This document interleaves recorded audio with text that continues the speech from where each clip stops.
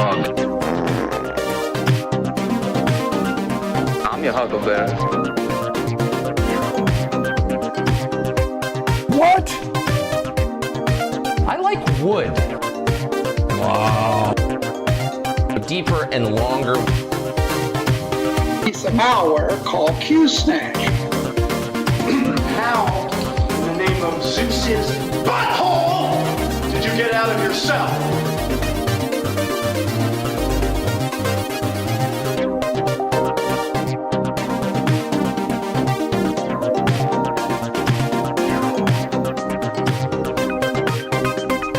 All right. Can I be heard? I think so. Chat room, are you here? And yes, we will cover this right out of the gate.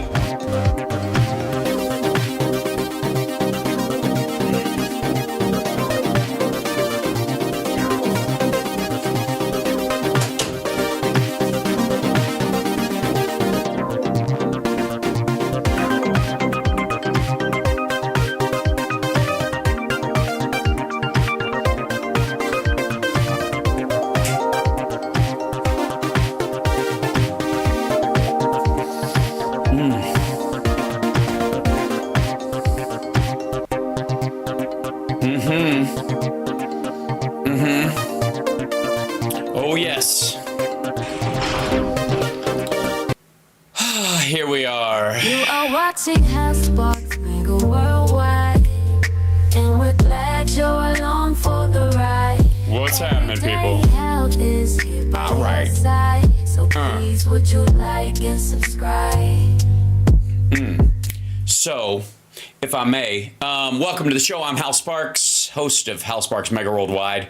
It's lucky they found me. Otherwise, the show would have been inaptly named. Is that a thing? It should be. This is the greatest live stream that's ever existed in the history of live streams. I'm your host, Hal Sparks, and I will be Hal Sparksing all night long. All night, all night, all night long, all night. You are watching Housebox Megaworldwide, and we're glad you're along for the ride. I need a wider camera angle. You can't really see what's going on. You can't see the downstairs business. Doesn't work. No, it's kind of disappointing when you can't see the downstairs business when I'm laying it down like that. It's just, you know what I mean? I need to get a bigger studio. So please become a Patreon subscriber or a member on YouTube or subscribe on Twitch so that eventually I can get out of this box, which is increasingly small. That's the sound of me hitting my green screen, which is right here. Hello. Oh, there's the sound. Get out of here. All right.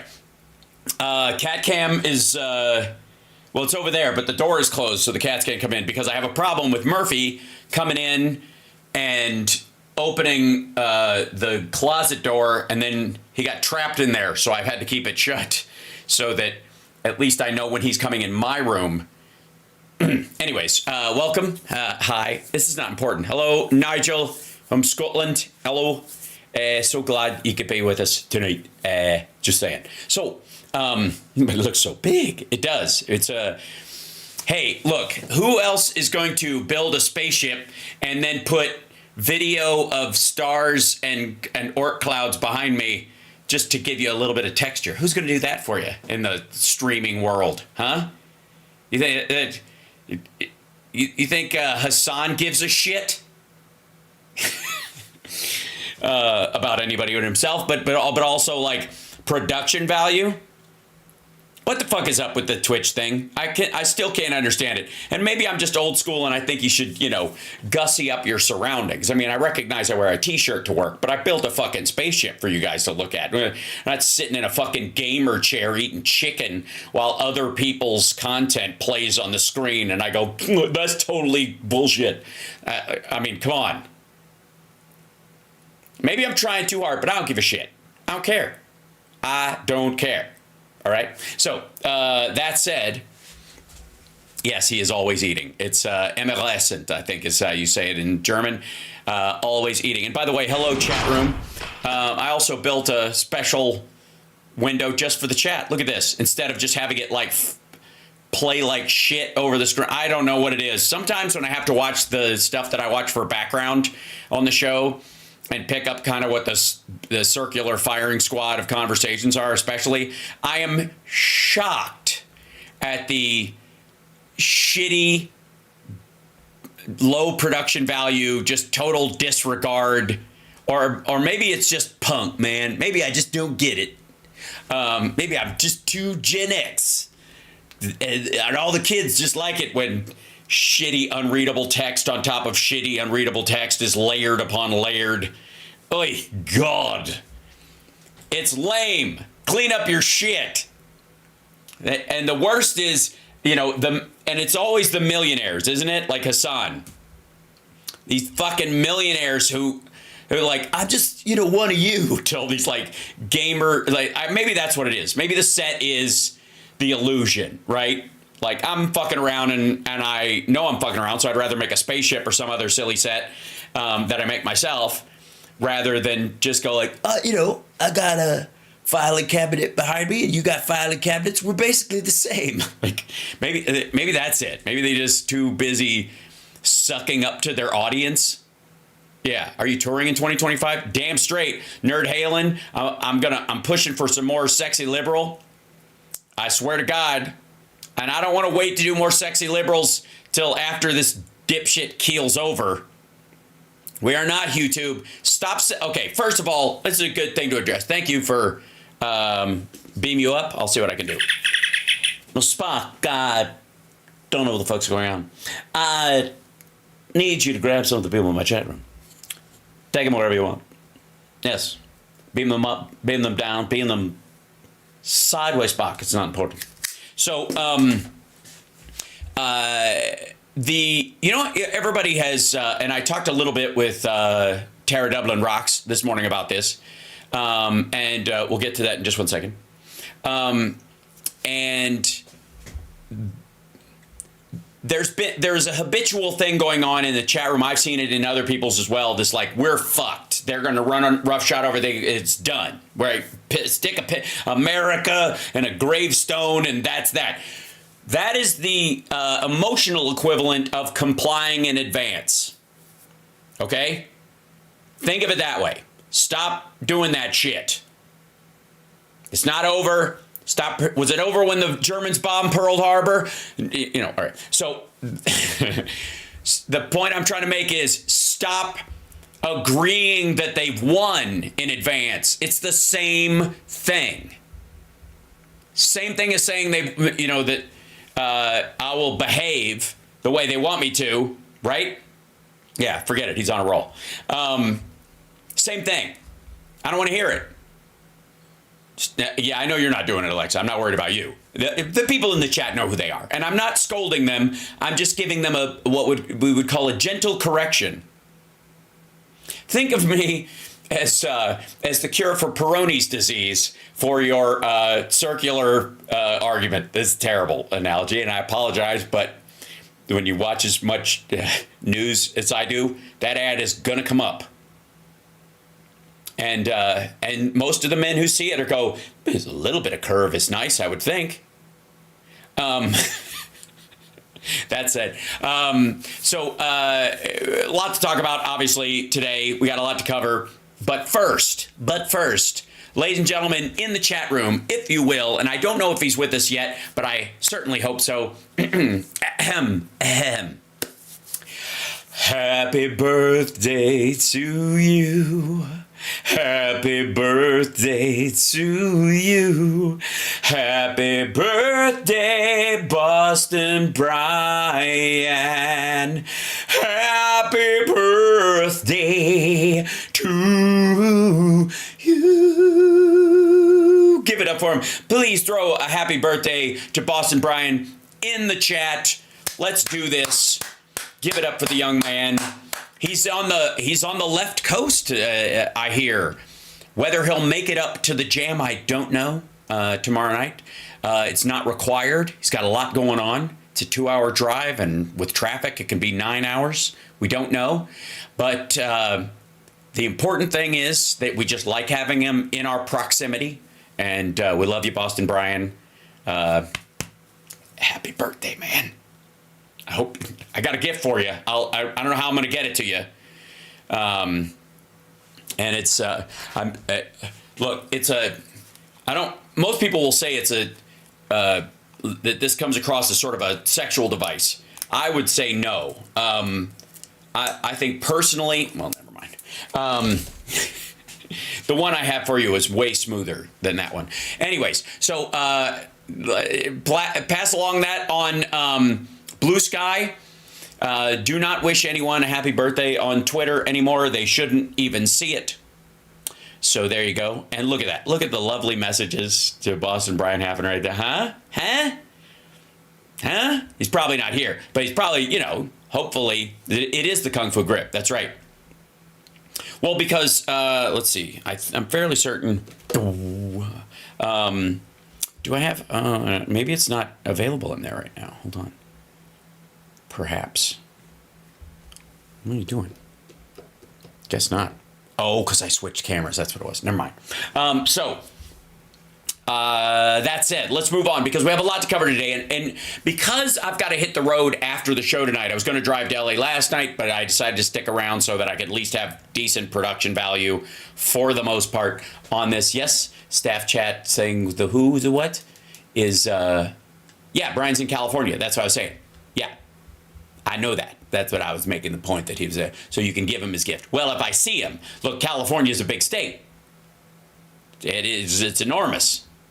Now, I will be, if he's down in San Diego, in Wales, Vagina, I'll be in Irvine on Wednesday and Thursday. I mean, there's a chance we could, almost meet halfway. So, there you go. And let's see, I'm seriously thinking we're going to, okay, yeah, no. All right, so what we're going to talk about tonight is, we're going to have to do a lot of needle drops, kids. We're going to have to do, because there's too much stuff to cover and I have to get on the road. So, if I may, let's get started with a sort of a shipman sampler of folks. Now, not all these people are, in all fairness, are not in this, whatever. But I thought the title of this one, and thank you, CSL, Can't Stop Lying, for finding this video. Trump's cabinet hailed most ideologically diverse of modern times. Okay, confusion is not diversity. Maybe that's why they're scared of DEI. Maybe they think diversity of opinion comes from no one knowing what their job is. And by the way, having a diverse opinion from the mission statement of the department you are going to oversee is, I wouldn't say is a good thing. If making everybody sick is how you think HHS should be run, or giving all of our secrets to the Russians is how you think being the DNI would be, or being kind of rapey, gropey, scumbag is your idea of honor to run the DOD, whatever. That, you see where we're going? That's an issue, okay? And of course, Pam Bondi corruption, whatever. Also, can I point out, okay, HUD, Housing and Urban Development.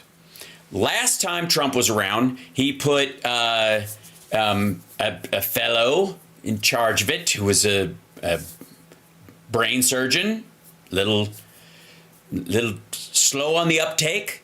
Some said boring, but the only black member of his cabinet, as I recall. And Gorka's just an advisor. He would be even if he did. They're just giving him a paycheck. I give a shit. So he can feel ignored. Who cares? Yeah, it was Ben Carson. And so there's one black man in this group. What department do you think he's been put in charge of? Yep. Big Dog's on it. Big Dog NC. Yep. Urban means black. Black means HUD. There you go. I mean, that's rough. That's rough. I mean, you got to know. Hey, I'm tapping you to be in charge of HUD. Why? Because that's black people stuff. Ugh. Yeah. HUD is Housing and Urban Development. And the idea in most Republican presidencies is this has to do entirely with black people issues, urban development, meaning low-cost housing for black people, and oftentimes his enterprise zones kind of shit that they were talking, or what was it, opportunity zones, which was them stealing Clinton's enterprise zones thing, right? That it just so fucking on the nose. Oy. Whew. So yeah. Here we go. Now, let's see what the argument on Fox Business is, that they are diverse. And it is time for the hot topic of the hour. President-elect Donald Trump. Sorry, it's just how is she on Sunday mornings? Because that, if you really want to, maybe they're just trying to get people to go back to church. You know what I mean? Like, that'll get you out of bed and get you to turn the TV off and leave the room. Filling his second administration in near record time, naming 10... Yeah, it's easy to break that record when you're not doing FBI background checks and qualifications don't matter and you're just looking into a sea of suck-ups. Nominees since Friday. Rounding out his cabinet, Scott Bessent has been named Treasury Secretary nominee. Congresswoman... Right. By the way, that was not Elon Musk's choice. He wanted Lutnick. Scott Bessent is Wall Street's choice, they're saying, or whatever. He's gay. He's got kids. He used to work for George Soros. I can't wait for the Glenn Beck videos about Scott Bessent. I'm so excited that I just can't hide it. I'm about to lose control and I think I... So, yeah. And then, yeah, there's Scott Turner, HUD. Look, Secretary of the Department of Housing and Urban Development. Why don't you just put fucking HUD? HUD Secretary? Maybe they just have to go Housing and Urban Development so that Fox Business viewers go, oh, right, the black thing. Right, sure. Yeah, I didn't want to think HUD was something important. I don't know what that is. But, urban development. Oh, okay. Yeah, definitely. It's fine. Definitely. Lori Chavez de Rivera is nominated. De Rivera. Pronounce it right, Maria. Also, oddly pro-labor will be at odds with Trump. This is her way of, his way of sucking up to labor in theory, but also you can tell which departments he doesn't care about when he puts women in charge of them. That's hence Nikki Haley at the UN, and if he wants something ruined in his theory, he will put a woman in charge. Not me. Not saying that. That's not how it works. That's his plan or his thought. If he doesn't care how it's run, off you go. If he's trying to destroy it, he tries to put a Matt Gaetz in. If he can't get somebody to destroy it, he'll just put a woman in charge because she thinks she'll ruin it. I'm not kidding. For Labor Secretary, she is seen as a pro-union, endorsing the PRO Act that would allow workers to organize and weaken right-to-work laws that allows them. Which is very upsetting. Again, both her and him, there's going to be a tremendous amount of rhino-ish consternation on the right. Do I think they'll be able to do much? I mean, he'll be able to do a lot. But do I think she'll be able to actually shepherd the PRO Act through the Republican-controlled House and Senate? No. But he can pretend he was for it if they kill it and go, it just needs to be better and bullshit it just so it never happens. Employees to avoid participating in and paying dues to those unions that represent workers in the places of employment. Trump also tapped Brooke Rollins for Agricultural Secretary during the first Trump administration. She served as Director of the Office of American Innovation and Acting Director of the Domestic Policy Council. Hey, remember how much we innovated during the Trump administration the last time? We were very... Well, we were ahead of the rest of the world in what? COVID deaths. That's pretty much it. Yeah. Scott Turner nominated to run Housing and Urban Development. He's a former NFL. Why'd you skip him and then go backwards? Why'd you go and then why'd you put him why'd you make him last? Did you forget about him? Just breezed past him? Maybe just he didn't stand out for some reason. Maybe, you're looking into a little screen and you just didn't notice him. NFL player who ran the White House Opportunity and Revitalization Council during Trump's first term in office. There are 4 remaining cabinet positions that have yet to be filled, And they include U.S. Trade Representative, Small Business Administration Chief, Chair of the He's going to try and bring back Lighthizer, and everybody's going to flip out about it. Council of Economic Advisors, and the Director of the White House Office of Science and Technology Policy. Right, which is going to be somebody that Elon Musk picks from, like, if we're lucky, it's somebody who actually works at SpaceX, or somebody that has a relationship with Elon Musk from NASA or something like that. But honestly, at this point, I mean, if Bill Nye was evil, that's who he would pick. He's looking for an evil Bill Nye for the Office of Science and Technology. He's looking for somebody like, is there anybody? It's Kirk Cameron. I'm sorry. It's going to be Kirk Cameron. You're right. It's going to be Kirk Cameron. One key thing that stands out is how diverse the background of some of Trump's picks are, most notably former Democrats Tulsi Gabbard and Robert F. Kennedy Jr. Former, not any current. You don't get points for former. If they joined your party or joined your ideology, they're with your ideology. That's not diverse. Also, they're only diverse in that their ideas diverge from reality. It is getting noticed. Axios put out a piece over the weekend calling Trump's cabinet, quote, the most ideologically diverse cabinet of modern times. That's it. That's because RFK Jr. believes in some hippy-dippy bullshit. Again, that was the raw milk stuff we talked about this morning. He's not liberal, dummy. He's not, and it's not ideologically diverse. They're all just, you know what they all have in common? Paranoia. They're all paranoid assholes. And Americans liking what they're seeing. According to a new CBS News YouGov poll, 59% of Americans support Trump's move so far as he fills out his cabinet. 50. Nailed it. 41% say they disapprove. 23% of Americans also saying they were excited about what Trump will do as president. 30%. Yeah, there you go. 23%. And by the way, half of these are like, that 59% support them, like they support Matt Gaetz's withdrawal. Is that how it works?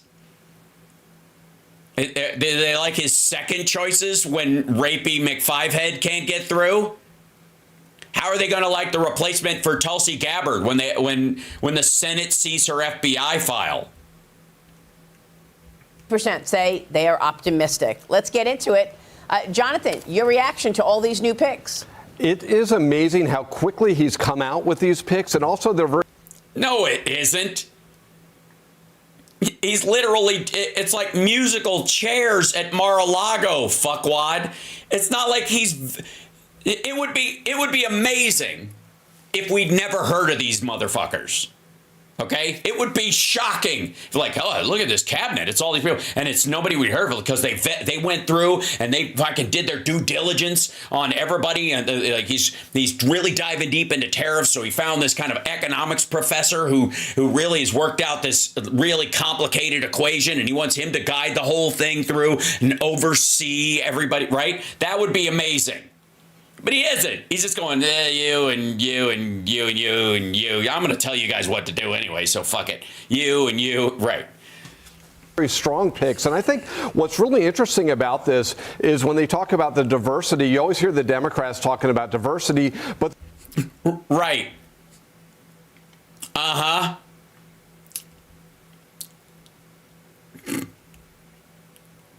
Tell us how... Tell us how they all vary so much. There's going to be a lot of like back and forth. There's going to be a lot of, I mean, maybe you consider diverse opinion, Lutnick arguing with Boris Epstein about who should be allowed in what meetings. Is that where we are? There really is diversity of thought, and it just shows Donald Trump is open to different ideas, that everyone doesn't have to be in lockstep. But I think lockstep, he doesn't understand any of these things. You can only be in lockstep if you're actually marching in one direction. Again, if chaos is the plan, absolute diversity, like unguided diversity is the point. Just let anybody fucking run wild. I mean, even said he's going to let RFK Jr. run wild with health.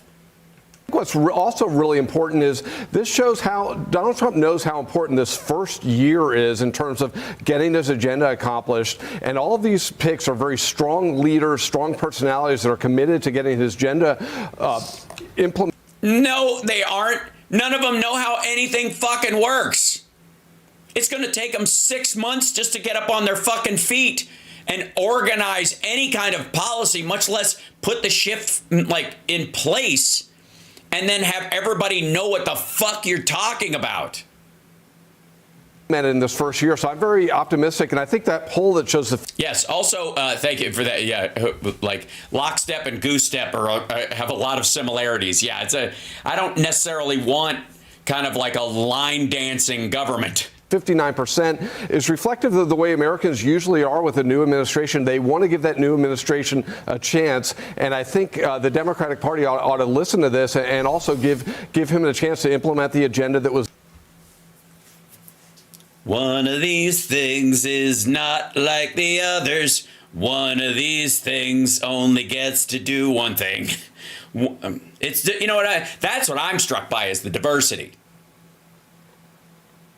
That's that, and of course, you know, he picked people who, you know, totally disagree with him on stuff.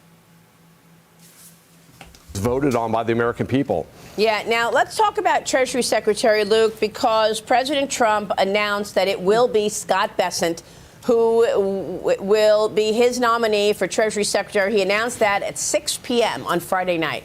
So trying to bury it. Our audience really getting the first take on what's final here. We've been talking about Treasury Secretary now for weeks. As you know, Scott Bessent has been on this program many times.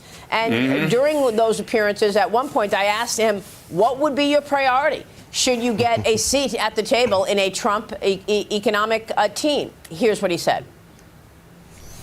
If you are a member of the economic team there in President Trump's cabinet, what would be your number one or first priority in January? Whether I'm on the inside or the Okay, why couldn't you just cut past that question? Because you just re-asked the question, just cut to what he said?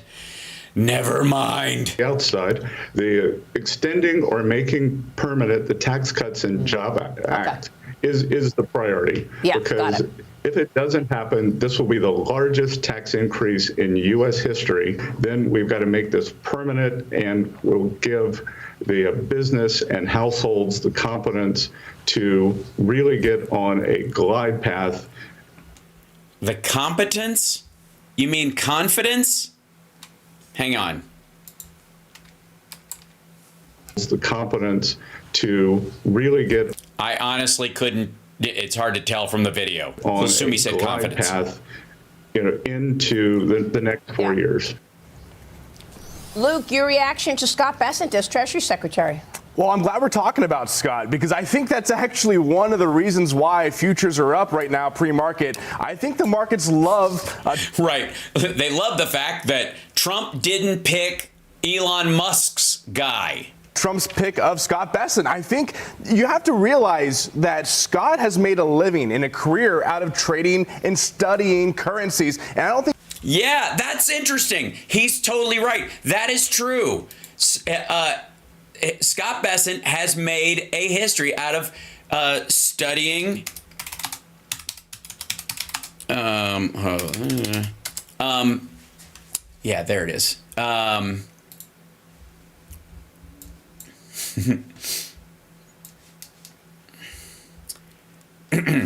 Yeah, George Soros, for those of you that don't know, made his money in currency speculation. He leveraged, basically he shorted the British pound back in the day, and that's how he almost fucked up the entire British economy doing it, because he had so much money to leverage against it.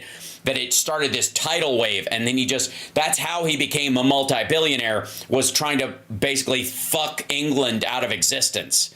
And it seems like, kind of like Bill Gates, and his killing Netscape and a bunch of other companies early, or even Apple before, they were like, oh shit, who are we going to steal our desktop ideas from if Apple goes away?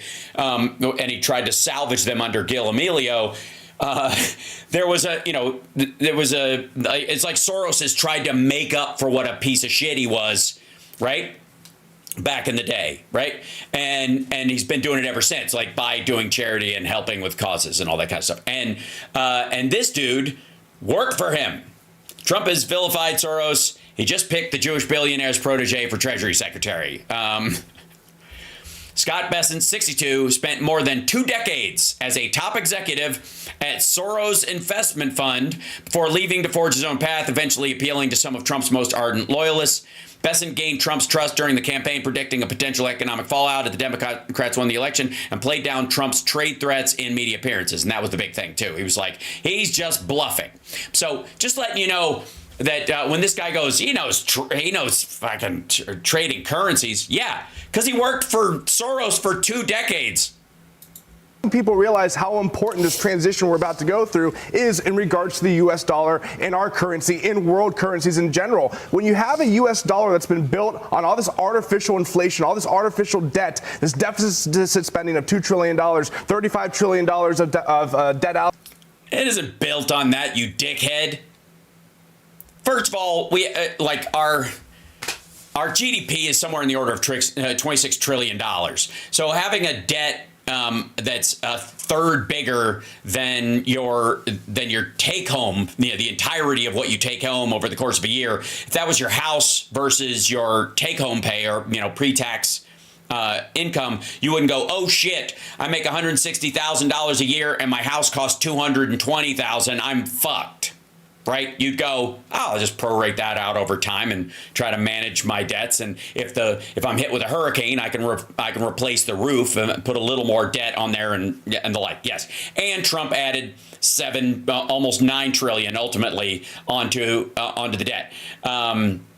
So the idea that that's what it's based on is not. What largely our borrow and spend amount is based on, if I may, is the fact that the whole fucking world is using our currency and there's not enough of it in circulation. Because it's not just the U.S. dollar anymore. It's the global trade currency. And the fact that other people want it to trade with us and trade in the goods that we sell and we work in is why, even with this quote unquote massive fucking debt, the dollar's worth $1.03. Yes, and it's globalism. That's exactly what it is, chat room. Yeah. So it's just goofy. Out there, the U.S. dollar is artificially propped up. So when you go through this transition of the No, it is not. Doge department of making things efficient, when you have there is no Doge department, and if there is one, you wouldn't call it the Doge department because the D in Doge means department. They're testing me today, kids. That's what it is. They're just trying to. It's like when the sequel to the TV show Chips came out, and they called it Chips Patrol, and all my friends and I were like, "What the fuck is wrong with you guys? Chips means California Highway Patrol, and you've just created a show called California Highway Patrol. What are you doing? It's like ATM machine. It's exactly like yeah. There you go, Slayer Chick. It's exactly like." A Trump presidency that's actually going to be more deflationary than it is inflationary, because when you cut back government spending, that's deflationary. No, it isn't. Why would it be deflationary? Why? Unless you eliminate the entire debt or you dial the debt back down to, what, $26 trillion? What are you going to do, fucking write off a bunch of it? I mean, here's what you could do. If Trump had any chutzpah at all, he would declare China and Russia and Iran and Saudi Arabia material enemies of the United States, and any debt that we owe them is now null and void. So any bonds they owe, or we owe them on, we owe interest payments to them, gone. And you know what? Still wouldn't make a huge fucking difference. Because the majority of our debt is us borrowing from Social Security.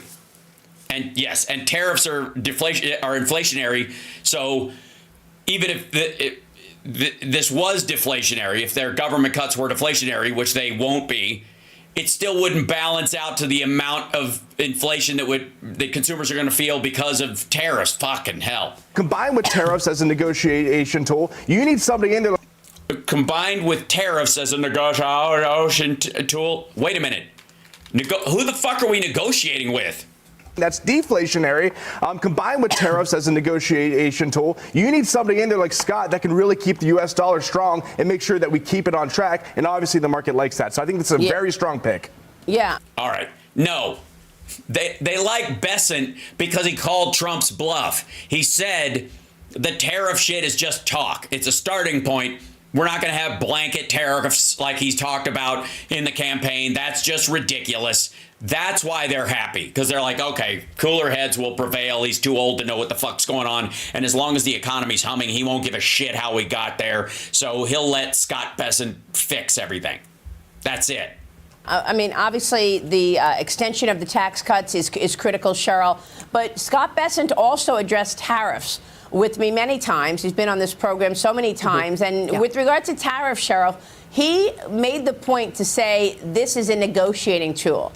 Mm-hmm. What did I just say? What? It's almost like I have to watch this stupid shit. The rest of And that's what President Trump told me as well. It's a threat. Yes, there will be tariffs, but not to the extent that some people are so worried about, in my view. Yeah, no,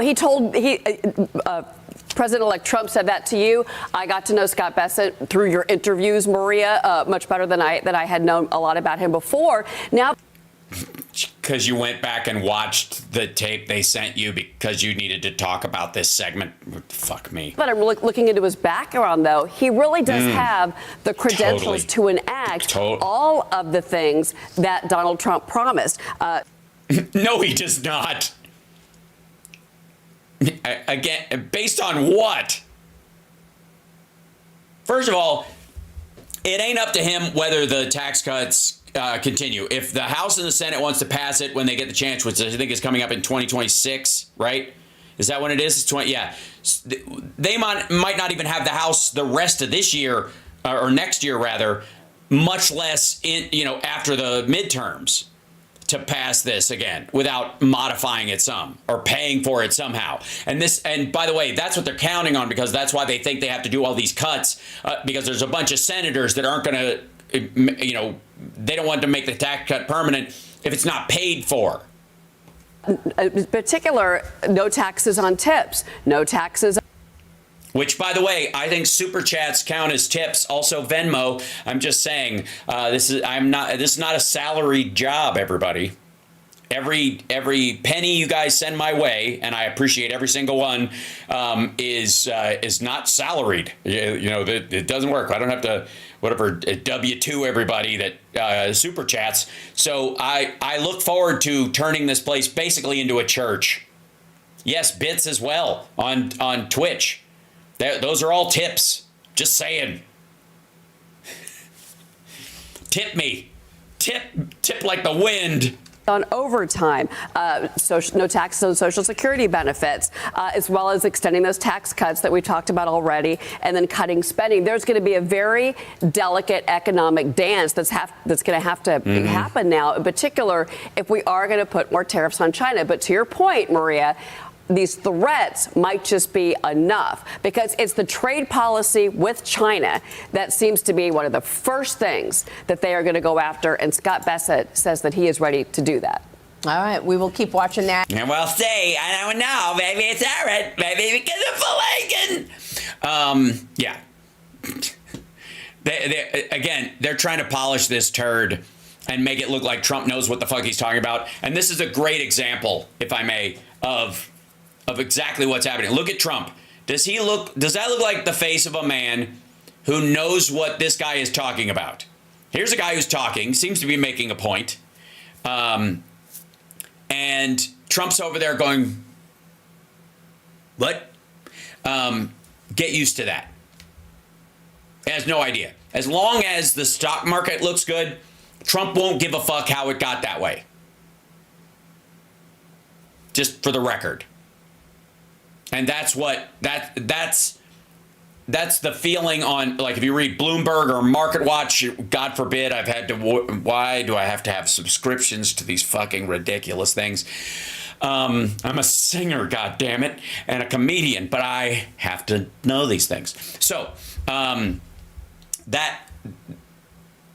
what they're talking about when they're discussing Bessent is, phew, he knows Trump's full of shit. Just for the record. All right, back to the chat room. You're watching Hal Sparks Mega Worldwide. Like, subscribe, give a thumbs up, support the show, share, and share alike. Now, from the artificial normalcy to the ridiculous, we'll go straight over to Fox News, and I believe it's still, we're with Maria Bartiromo as well. But, hold on, I have to get something ready for this one. I apologize ahead of time. Where would these be? A sample. I might need, sound effects. That's pretty close. Okay. That'll bring us to this, I suppose. Ladies and gentlemen, I apologize right out of the gate for the shock that is seeing MTG, but apparently she's going to be in charge in the House of the Doge caucus, which will be, they'll tell us what they want us to do and bypass Trump, and we'll try to bring stuff to Trump's desk that we can cut from these things from our own districts. That's the part of. So, anyways. So let's see what she has to say about. And by the way, she goes, federal government has been the worst abusers of American. Federal government has been the worst abusers of Americans' tax dollars. Trust MTG. Tax dollars and trust, I presume, is what they're putting in. All right, that's just fucked up. Again, can you guys either update your ChatGPT to use the paid subscription if it's going to write your headlines, or at least stop getting them from Macedonian hacker farms paid for by Putin? I know you've got a credit going back 3 years, but Jesus Christ. The people we elect to run the government, they're not the ones who actually run the government. It's the... Yes, they are. They are the ones that run the government.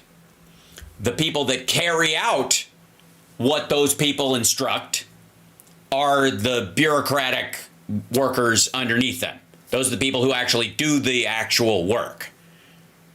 Again, this is like saying CEOs don't actually run the factories. That's how stupid this is. Unelected bureaucrats in the administrative state. That was created through executive action. It's going to be fixed through executive action. No, they weren't created through executive action.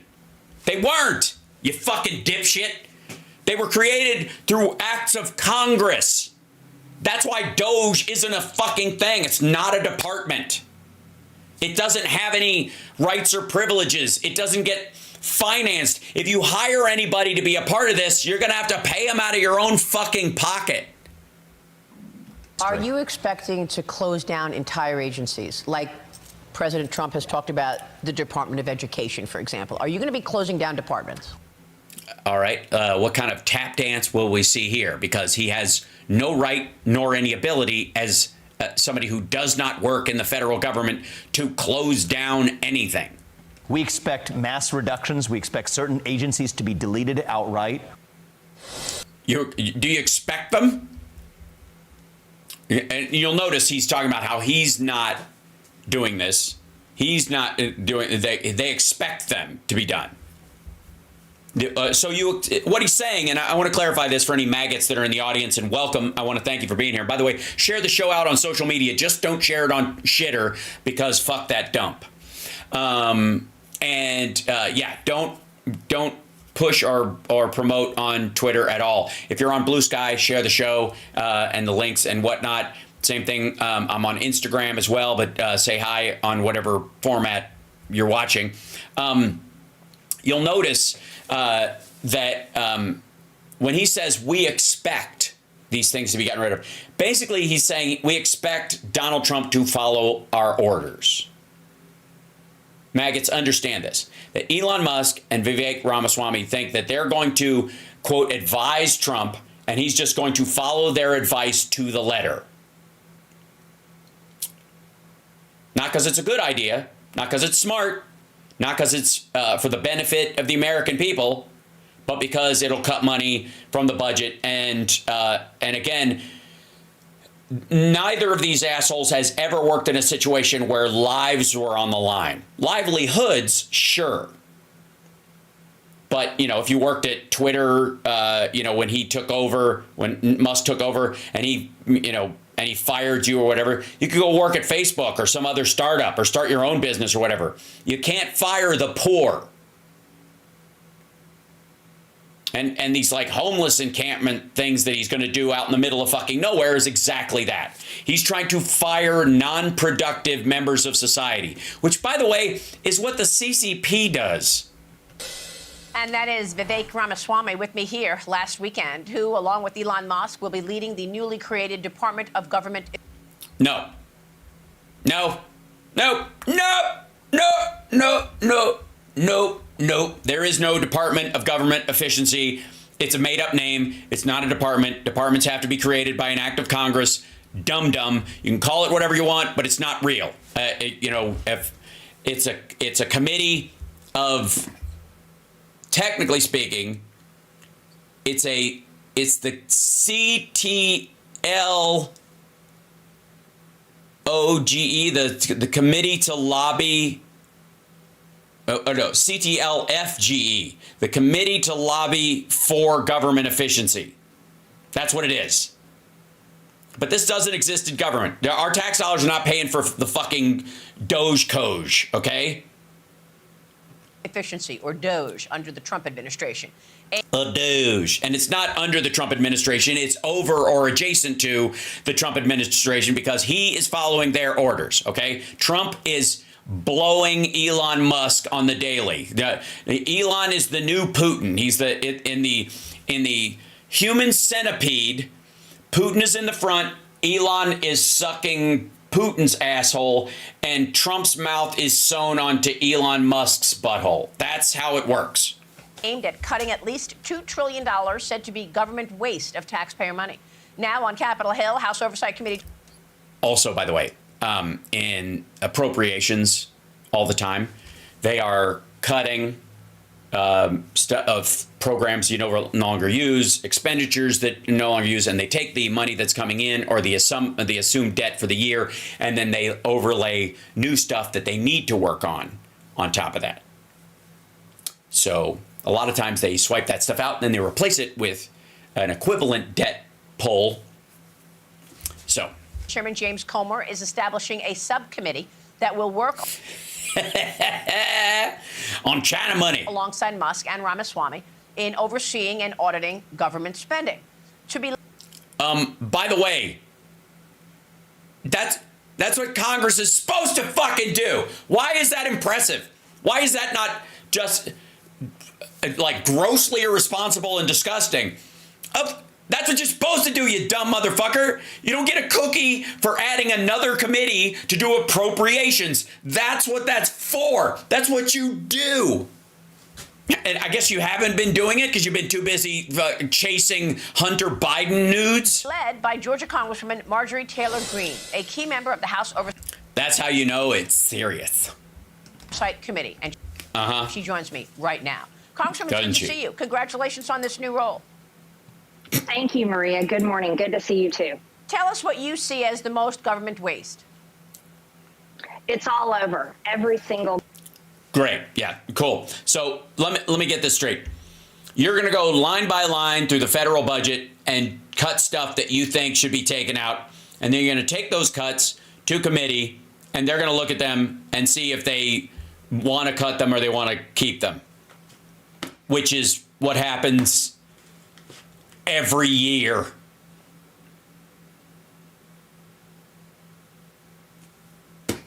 government department program, grant programs, contracts. It is everywhere. And so when we look into a deep dive into this massive problem that's caused America to be $36 trillion in debt, we're you mean Trump? going to have to go into all kinds of buckets.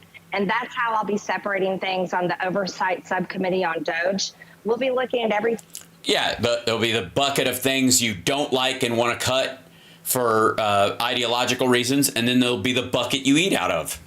From government-funded media programs like NPR that spread nothing but Democrat propaganda. We'll be going into grant. That, by the way, in case you need to translate, Democrat propaganda is reality.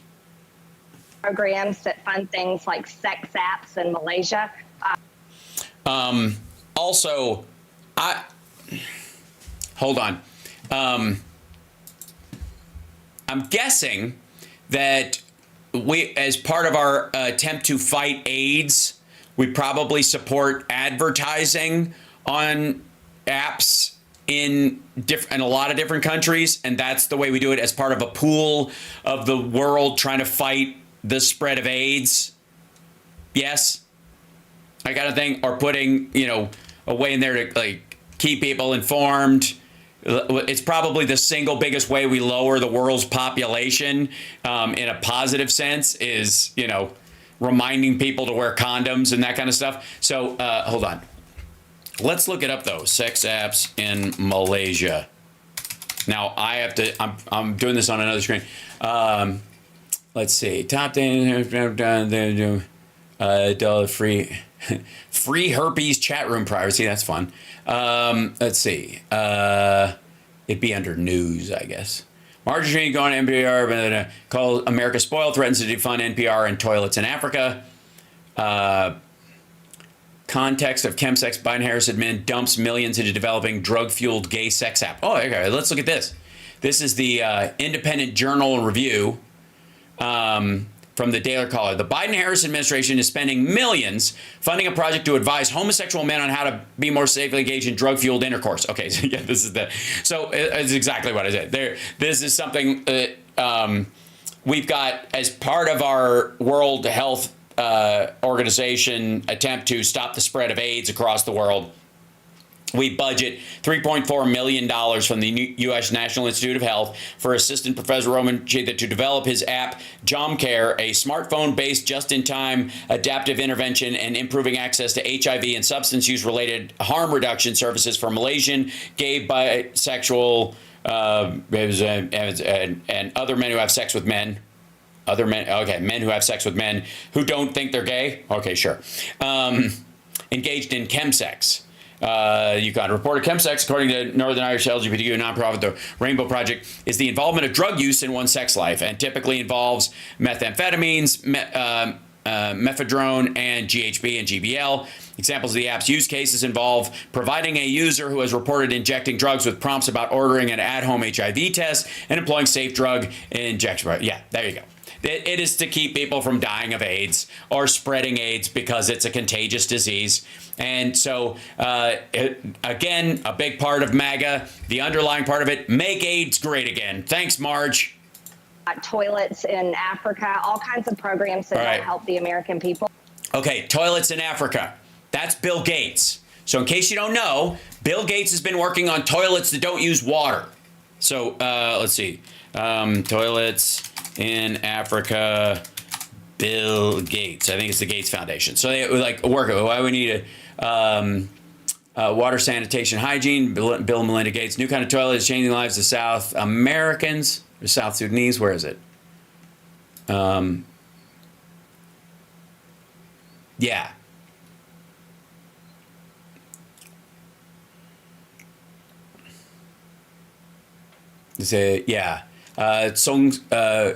Choletaga Public School in Kagiso, 20 miles west of Johannesburg, South Africa. School is 1,300 students. And the stench from malfunctioning toilets often wafted through the classrooms, distracting students. Some girls would stay home rather than have to endure the bathroom trip during their menstrual cycles. When the students complained of stomach aches, asked to go to the bathroom, their teachers were more likely to send them home rather than risking clogging up the old toilets. And so, therefore, a brighter future as the accessible sanitary toilets, a global problem. Around 3.5 billion people lack safe sanitation. And so, through the WHO, that's what they're talking about. Just letting you know. Fixing, the septic issues, through, foreign aid. And she's just like, fuck them. That's it. And did she get a new chin? Yeah, she got filler because her face was looking boxy, I think. I want to talk to the people at the Pentagon and ask them why they can't find billions of dollars every single year and why they. I'll tell you why. Because you guys want it read in public. And if you can hear it, I can hear it. And if I can hear it, the Russians can hear it. Do you understand? The Pentagon isn't losing money. The Pentagon has black programs that they pretend don't exist. And so everybody who gets in there, the reason why they always fail at audit is because auditing it is fucking stupid in that standard, dum-dum. Here's how you should do it, okay? There should be and this is probably how it's done, and they just pretend it's not, is the Pentagon gets a budget of whatever, let's say it's $1 trillion budget. 800 billion of it is above board, talkable, and you can release the basic outlines of it. And then, 20% of it is under the table and hidden because it has to be, otherwise your enemies will know how to deal a killing blow and stuff. This is so fucking dumb. Let's see. Cenk made up some bullshit number, 400 billion or something, of Pentagon cuts he could supposedly produce. Bullshit. Yeah, it's nonsense. It's just garbage. They're like, they don't even know where it is. They know exactly where it is. They're just not going to tell you on television, dumb fuck. Why would they? Again, that's why we have a representative government. But problem is we have some people in our government that the DOD knows fully are communicating with the fucking Russians. And they're like, hey, if we tell them every dollar that we're spending, this asshole will walk out to a fucking phone booth down, by the Lincoln Memorial. And that's the end of that. Then we got a bunch of dead spies and our base in Queensland will get the water will get poisoned. Good Lord. They fail their audit. But not just that, Maria. I'd like to talk to the governors of sanctuary states and the mayors of sanctuary cities. Oh, you mean the states and cities that pay for your state? And have them come before our committee and explain why they deserve federal dollars if they're going to harbor. Hey, asshole, they give more federal dollars than they get back. They're already on the downslope, dum-dum. Illegal criminal aliens in their states and their cities. We're going to look in every single aspect. Start with Texas. I give a shit. Knock yourself out. They're willing and able to help you. You won't have to deal with any of these legal things. Just go straight for Texas. It'll keep you busy for 2 fucking years. And then as the Texas economy collapses because of the sealed border and the forced deportations, they can suck it. And we don't care about people's feelings. We're going to be searching for the facts, and we're going to be verifying if this is worth spending the American people's hard-earned tax dollars on. Hi, stupid. Real quick. The people in those blue states and blue cities, their tax dollars go into the federal government, and they get less than they give. They get less back from the federal government than they give. Red states get more tax dollars than they give. If you're talking about a situation where someone is taking more than they deserve, or taking more than they earn, or someone putting more in than they get back, and the unfairness of that, welcome to the Democratic Party.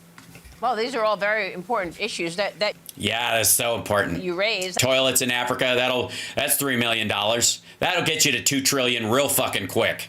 And the great thing is, If you take away that $3 million, if you're lucky, maybe 100,000 kids die of septicemia next year. Great job, Marge. Very Jesus-y. I want to ask you about some of those government contracts that you just mentioned, government contractors. Because Absolutely. Talk about the government contract. By the way, you're watching Hal Sparks Mega Worldwide. Like, subscribe, give a thumbs up, support the show, share it out, irritate your friends and colleagues. Hi there.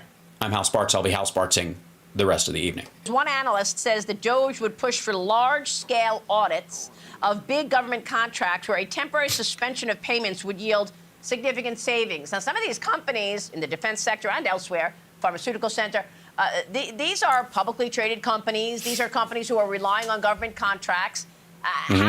Yeah, like SpaceX. How about that? What's the return on investment from SpaceX right now for the American taxpayer? Huh? What are we getting in exchange other than letting them, I guess, use our launch pads that NASA paid for over the decades for free, essentially, to put Starlink in the air? Yeah, let's start with fucking SpaceX. Last in, first out, dum-dum. Vulnerable are those contracts and that business for those companies? I'm talking government contractors from outside companies. Well, this is where the Oversight Committee, my subcommittee, will line up and walk and work hand in hand with. You'll walk in with your stupid list, and they'll laugh in your fucking face and tell you to go pound sand, and you'll bitch on the floor about bloated government and toilets in Africa, and they'll laugh at you, and we'll, rinse, repeat. Doge and Elon Musk and Vivek Ramaswamy. What these men are stepping forward and doing for our country is a great service, and we're grateful to them. How do you know?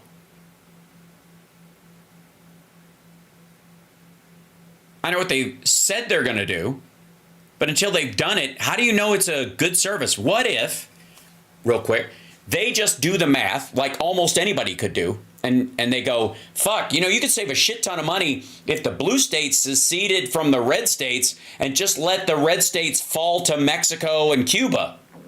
Maybe that, right? What about that? I mean, if you're going to do simple math, and I think that's what they're going to be doing for the first little bit anyways, it's real clear who's paying in and who's taking out.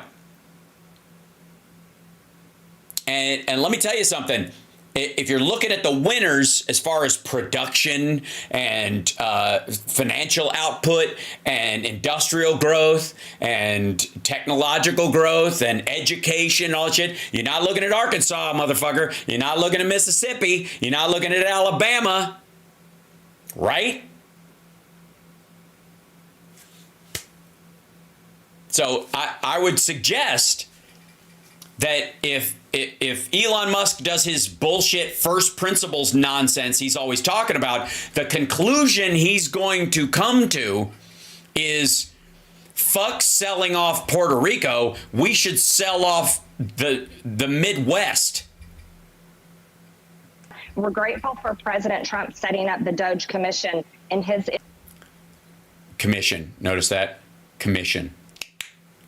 The Doge Commission. It's a committee, but sure. Incoming administration. But that's where we want to look deeply at these contracts and these government programs to see if they really make sense anymore. Maria, there are so many government agencies and government programs and contracts that their cause, their purpose has expired. And this is their argument about the Department of Education. And it goes something like this. It's kind of like the Civil Rights Act.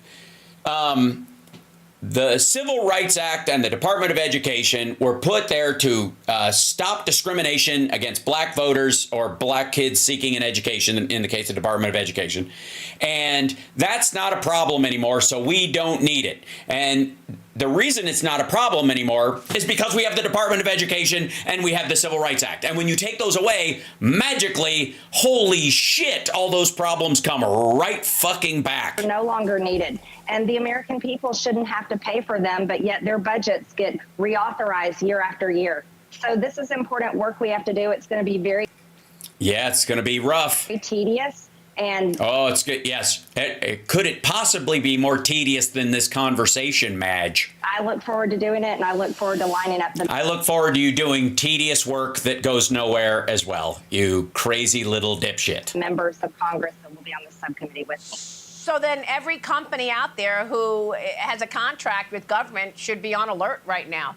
And the question you're going to be asking is what? Do they provide value to government? What? How will you decide?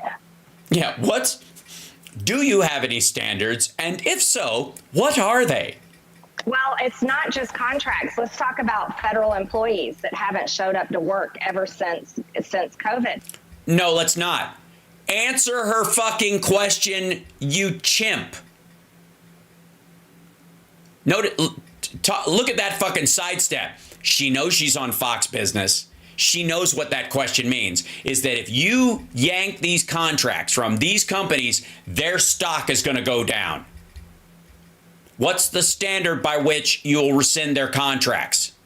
Is every contract up for review? First of all, they're always up for review. So what's fucking special now? Are you just going to yank them first? Because that's what they seem to be talking about. And then they just go back to zero and we're not authorizing them until we go through with them, which means they basically throw all defense contractors, the fucking FAA, everything into a goddamn tailspin, no pun intended. We're also looking at we have thousands of buildings that the federal government owns and pays for with over $15 billion a year. But yet those government buildings sit empty and these government employees stay at home still to this day. That's because it's cheaper to contract them out. They're not federal employees in most cases. They're independent contractors because they do the same thing that corporations realized at one point, that you could hire someone on a consultant basis, pay them on an hourly level just for the work that they do, and then you don't have to give them a fucking giant pension. And to offset the federal pension outlays that they have to deal with all the fucking time, they hired a bunch of these contractors who work from home, and they're more efficient than maybe people who come to an office. It's dumb. Yeah. And again, yes, sell the buildings, and they must be put up for public auction and only sold to Americans or American companies. This is the exact type of waste, fraud, and abuse, and failure. Honestly, failure. See, I see the American people as the federal government's customers. The federal government should be. We're not. No. We're not the federal government's customers. Because we don't get a one-to-one on what we pay in, dipshit. I don't get back from the federal government what I pay into it. Okay? I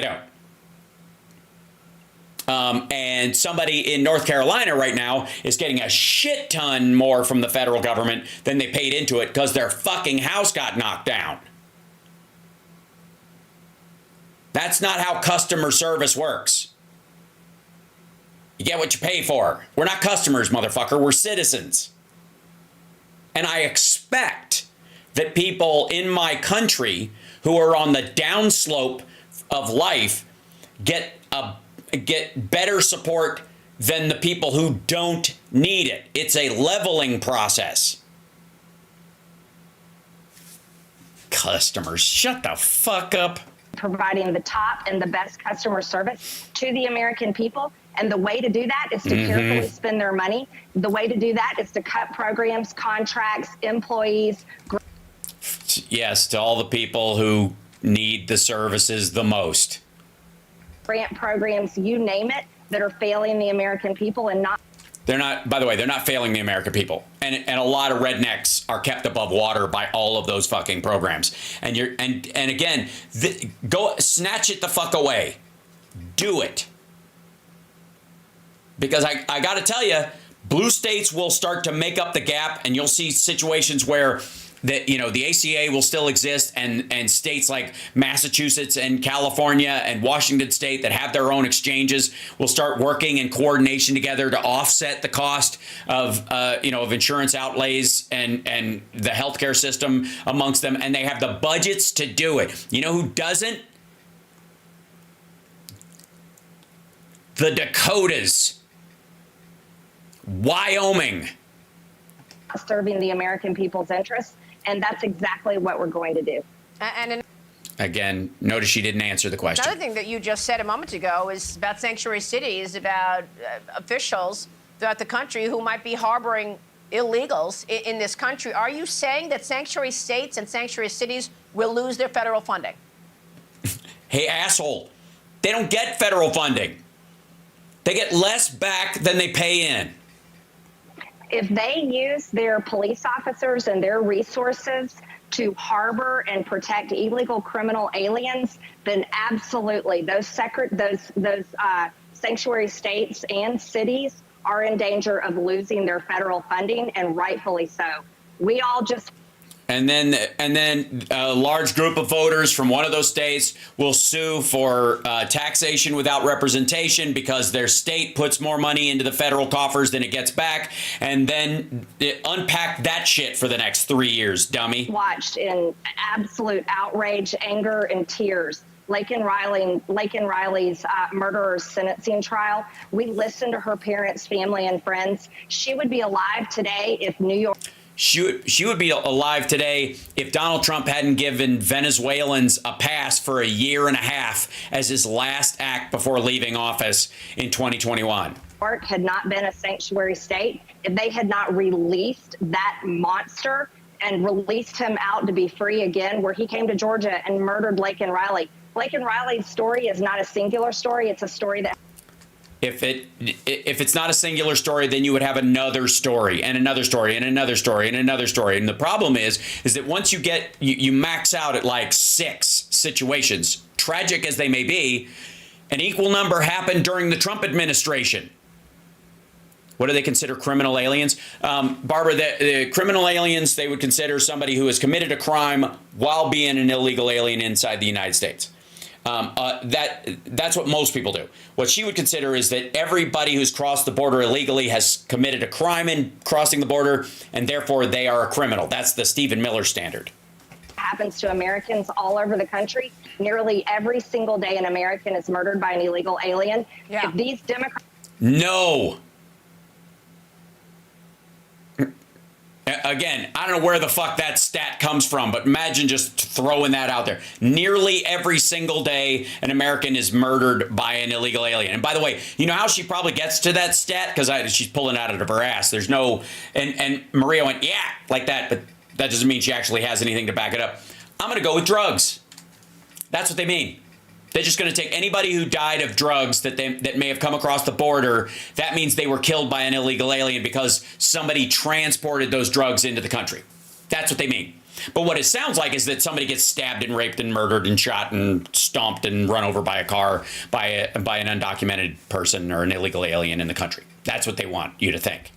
Governors and mayors want to use their federal dollars, and they want to use this funding to harbor illegal criminal aliens. And yeah, we're coming after their money, and they don't deserve a single penny of it. Congresswoman, they already, again, they give more than they get, stupid. Yeah, citation, please. Exactly right, Pentaxenstein. Doge suggests having the Supreme Court review the 1974 Impoundment Control Act, which stops the president from ceasing expenditures authorized by Congress. Tell me about that, because Doge is taking aim at the $500 billion in annual federal expenditures that are unauthorized by Congress for being... They're all authorized. They're talking out of their ass. All of it's authorized. Just done in different ways.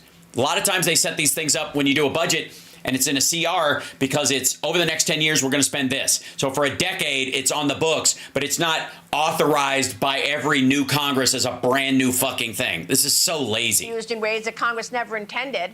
Are you expecting to use that gibberish Supreme Court review? Yes, we will be looking into that, and I hope to be using that Supreme Court review. Look into that. Here's something important, though. This was a program that started under Jimmy Carter, and let's face it, Maria, pretty much everything under Jimmy Carter was a disaster. Fuck you, lady. No, it wasn't. As a matter of fact, if Ronald Reagan had just left the solar panels on top of the White House that Jimmy Carter had put there, we would be a decade further along in solar panel development at the least. At the very least. Those were times where people could couldn't even afford to live life. And that's Yeah, we all died in the 70s. That's what happened. I died in the 70s. I don't know if you know this. I almost did, actually. To be fair, I was in a coma for 5 days in the 70s. But that was before. You can't blame that on Carter. That happened before Carter's administration. It's pretty much what we've come to today, and it can get a lot worse. You see, it's been bad the past couple of years for the American people because of the federal government's waste, fraud, abuse, and corruption. Give back your PPP loan, lady. But going forward, if this interest keeps compounding like it is on our federal government debt, Americans are going to be living something that they never even fathomed it could be. We're looking at third world country levels. No, we are not. Of poverty. We're looking at homelessness increasing in rapid rates, suicide rates increasing. You see, America's been really... Look, even Maria Bartiromo was like, I don't know where the fuck you're getting this from. So you think the national debt, as it currently stands, is so egregious that at some point in the near future, it's going to trigger a third world collapse of the United States. Because apparently this asshole thinks that we still have the same economy we had in 1999. Spoiled for a long time, but the federal government has been the worst abusers of the Americans' hard-earned tax dollars and the American people's trust. Well, they're the only ones who take it in. That would be true even if they misused a dollar, stupid. And so our subcommittee... Who the fuck else is misusing tax dollars but the people who take in the tax dollars to do it? They're the only ones with the power to misuse it, technically speaking. Unless you pay your taxes in cash and somebody's interrupting your mail and running off with it. He has a lot of work to do, and we'll be lining up these important hearings, and most importantly, hearings. Now we get to the bottom of it. Finally, no more business as usual, stupid, committees and it's going to be committees. Oh, I see. And just sitting around talking about these things and creating reports. Oh, you're going to sit around talking, create a report? Oh, good. What are you going to do with that? You're going to pass that on to someone and then who has to approve it. And then you're going to have to pass a budget that will either remove those funds or continue those funds. And what do you think is going to happen? And which of these states is going to be viewed by Doge, the Doge, as the biggest drag on the U.S. System in general? I mean, again, when Trump says we're 50th in education in the world, and how did we get so bad, and we're the worst? Okay, first of all, we're 12th. We're 12th in the world. And you know why we're 12th? Because if you cut out the red states, if you cut out Mississippi and Alabama specifically, and Louisiana and Arkansas and Kentucky and Tennessee and Kansas does okay, Missouri, Oklahoma, Idaho, if you cut those out, we'd be first. We'd be tied for first with Norway. And you know why Norway is number one? Because they don't have their own version of the South. Because they're basically fucking Connecticut. They're a state. They're small. So cut the Department of Education and understand that where the majority of the funds the Department of Education hands out, yes, West Virginia, where they go is red states. You know how I know? I grew up in one. I'm from Kentucky. Program, grant recipient, federal agency, they're going to have to come and tell us why they deserve the American people's trust and are allowed to spend their money going further. All right. We're going to continue on this theme of trust coming up. Congresswoman, good to see you. Thank you so much. Marjorie Taylor Greene this morning. Thank you. And yes, keep on that theme of trust with Marjorie Taylor Greene, the woman who cucked her husband while fucking a sex guru at the gym she and her husband owned together, and then left her husband for the dude from RSBN who looks like he was stung by a bee and didn't realize he was allergic. So, by the way, chat room, adore you guys. How are you? Good to see you. Take a breath. It's going to be okay. I'm with you. We're all right. And we've got a lot to cover tonight. Not the least of which is this one it? Okay.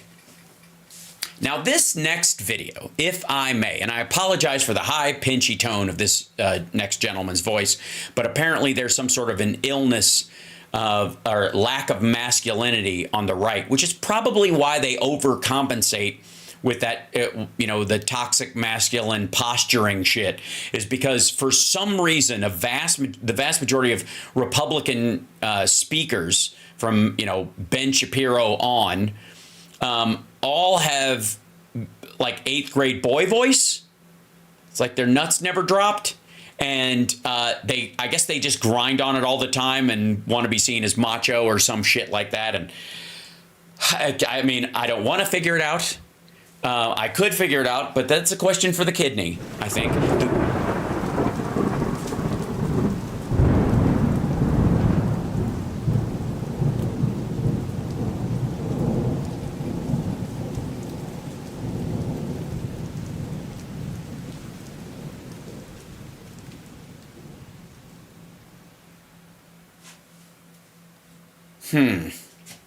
The kidney has a very special place in the heart.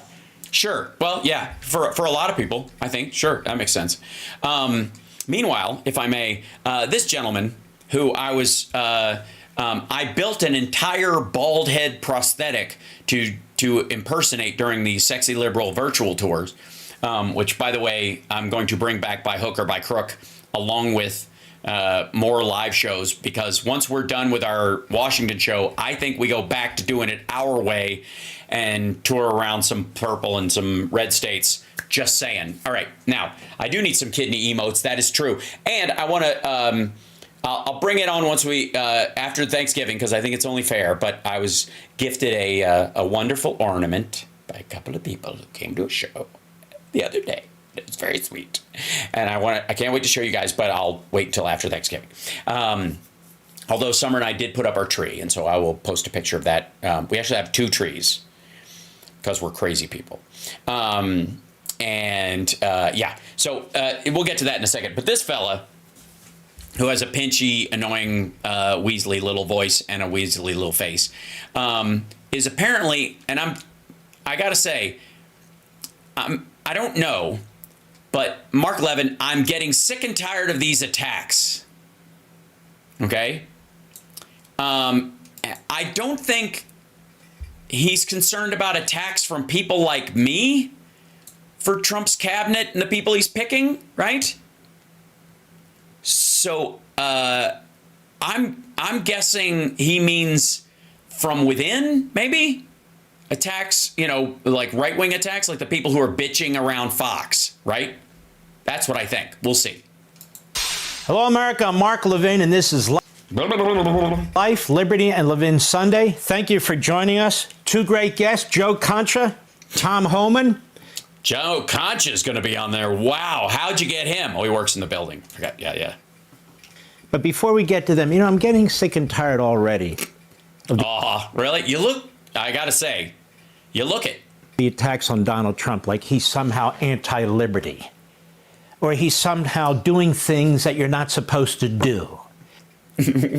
Well, why? Because he is. I mean, I got to say, talking about putting soldiers on the street to enforce his policies on the streets of America, that might be that's rubbing some of his constituents the wrong way, perhaps. Whether it's appointments to his cabinet and so forth and so on. So so forth and so on. I want to nip this in the bud. Finally, thank you. Nip this in the bud. Start bud nipping. As you know, we try and do things a little differently here. We don't have a we don't need facts or thoughts, or we don't work on it or do any any homework, or we just find a bud and nip it. The line of 48 guests. We have 2 guests. We have long-form interviews. And for my opening statements, I always do my own research, my own thinking.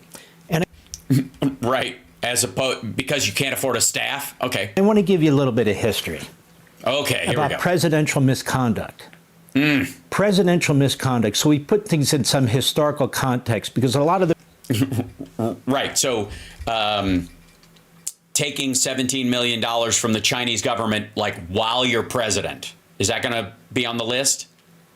What do you think? Sharing national secrets with Sergei Lavrov in the Oval Office that lead to the deaths of at least 2 Israeli spies. Will that make the list? People writing. No, what are we going to go with? Blowjob? We're going to go with blowjob, aren't we? I mean, come on.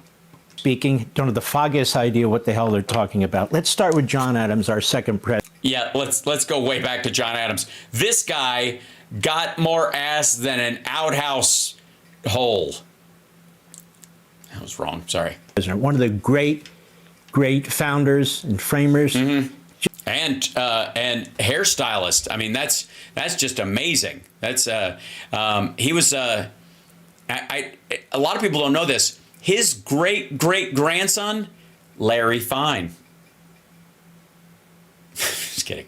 Just a brilliant man, but had cauliflower growing out of the side of his head, and it was always a problem. Imperfect. And because cauliflower, when not refrigerated, gets smelly. In 1798, President Adams signed the Sedition Act, which criminalized criticism of President John Adams, but not Vice President Thomas Jefferson. It said in part, if any person shall unlawfully combine or conspire together with intent to oppose any measure or measures of the government of the United States, shall be punished by a fine not exceeding $5,000, which was a ton of money back then, and by imprisonment during a term not less than 6 months, nor exceeding 5 years. Also, the entire country was like 20 years old at that point. Like there was, from the time of this act to the time of the start of the country was less time than between now and the 90s. Just so you know. If any person, imagine if the Revolutionary War had happened in the 90s. Okay. Person shall write, print, utter, or publish, or procure, or knowingly and willingly assist or aid in writing, printing. Oh, by the way, this shit came from the Federalist Society, where the Federalist Society, the Federalist Party, rather, where the Federalist Society gets their names, and they're the people who wrote Project 2025. So, fuck off, I guess. Uttering or publishing any false, scandalous, and malicious. Scandalous being the big hang-up, and that's what got it kicked out on constitutional grounds. Writing or writings against the government of the United States with intent to defame the said government shall be punished by fine not exceeding $2,000. Also, why are you yelling at this? This is largely found unconstitutional in like the early 1800s. $1,000 and by imprisonment not exceeding 2 years. Well, that seems a little harsh. And you would have thought a founder and framer, second president of the United States, wouldn't back this. And again, notice he excluded Jefferson. Oh, by the way, it was meant to be temporary. It was literally on a time limit. They were considered, hence the War of 1812. It was supposed to extend past that point. You could argue that it timed out just in time for the War of 1812 to happen because they were dealing with acts of sabotage from within caused by the British government and their allies and such. And so that was meant to push back against this in many ways, the same way that like Russia and China and Iran and North Korea are attacking us now. Okay. That we would put a temporary rule in place about disinformation or misinformation, at least from foreign sources, to protect ourselves from that kind of shit. Okay, there you go. Jefferson, who he hated, was of the party opposite. Jefferson hated this, and later he and his party would win, and they would allow this law. What was his party? Oh, the Democratic Republicans. Yeah, the Federalists were the people that were for it. The Democratic Republicans were against it. As well as the Alien Act to lapse. So what happened? Middle Tennessee State University. And wait, fuckwad. You can't just throw up lapse. Can I just be right again? Can I just dunk on being right again? You can only allow a law to lapse if it was written to be either reauthorized or sunset. They meant it to be a temporary fix, even as egregious as it was. It was a temporary fix against the outward attacks and the inward attacks by the British government, the monarchy, and their allies trying to undermine the newly formed United States. And it was 20 fucking years and change from when they had started the country, and that's when after the Revolutionary War, when England got back on its feet and was like, how do we cut this out from the bottom? And this is also, by the way, when they started siding with certain native tribes, and so Tecumseh sided with the Brits via Canada, and so he was siding with the Canadians, and everybody's like, Tecumseh was fighting for the Native Americans, and so that's why he sided with bullshit. He was fighting for his tribe to overrule all the other tribes in what would be like North Central America at that point, including part of Canada, as a deal with the monarchy. If they just went and fucking killed everybody. If they did that, if they went and killed all the westward pushing white people that had come from England and scared them and herded them back to England, then they would let them finish killing all the other tribes. Again, I know this makes people mad, but I do not make a distinction between people crossing an ocean or a lake to kill people who are different from them. It is the same moral act. And Tecumseh's people crossing Lake Superior and killing the tribes on the other side is no different than the fucking Brits showing up following the Puritans and killing people, in what would become later Manhattan. You don't get points because your ship was smaller. It's weird. And again, this was all going on at the time. This was all fucking happening. Okay. This asshole. University Free Speech Center. Scholars have traditionally cited 17 indictments and 10 convictions under this law, many upon charges so flimsy as to be comical. Targets at the act tended to be the editors. By the way, also, this Middle Tennessee State University Free Speech Center, okay. Fucking right-wing think tank within the Middle Tennessee State University. Jesus Christ.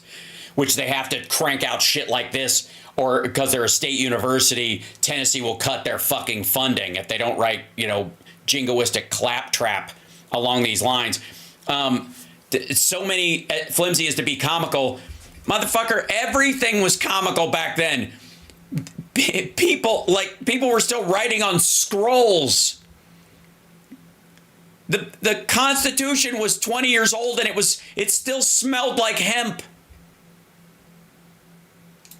Some Democratic Republican newspapers who criticized the Federalist administration. Oh, you're right. Middle Tennessee is spelled wrong. I didn't even bother to look. That's hilarious. President John Adams. The most frequently cited prosecutions have involved Benjamin Franklin Bakke, who edited Philadelphia's Aurora newspaper, and John Daly Burke, and James Smith, New York's Timepiece newspaper, who were arrested under what Federalists alleged to have been federal. The Federalists.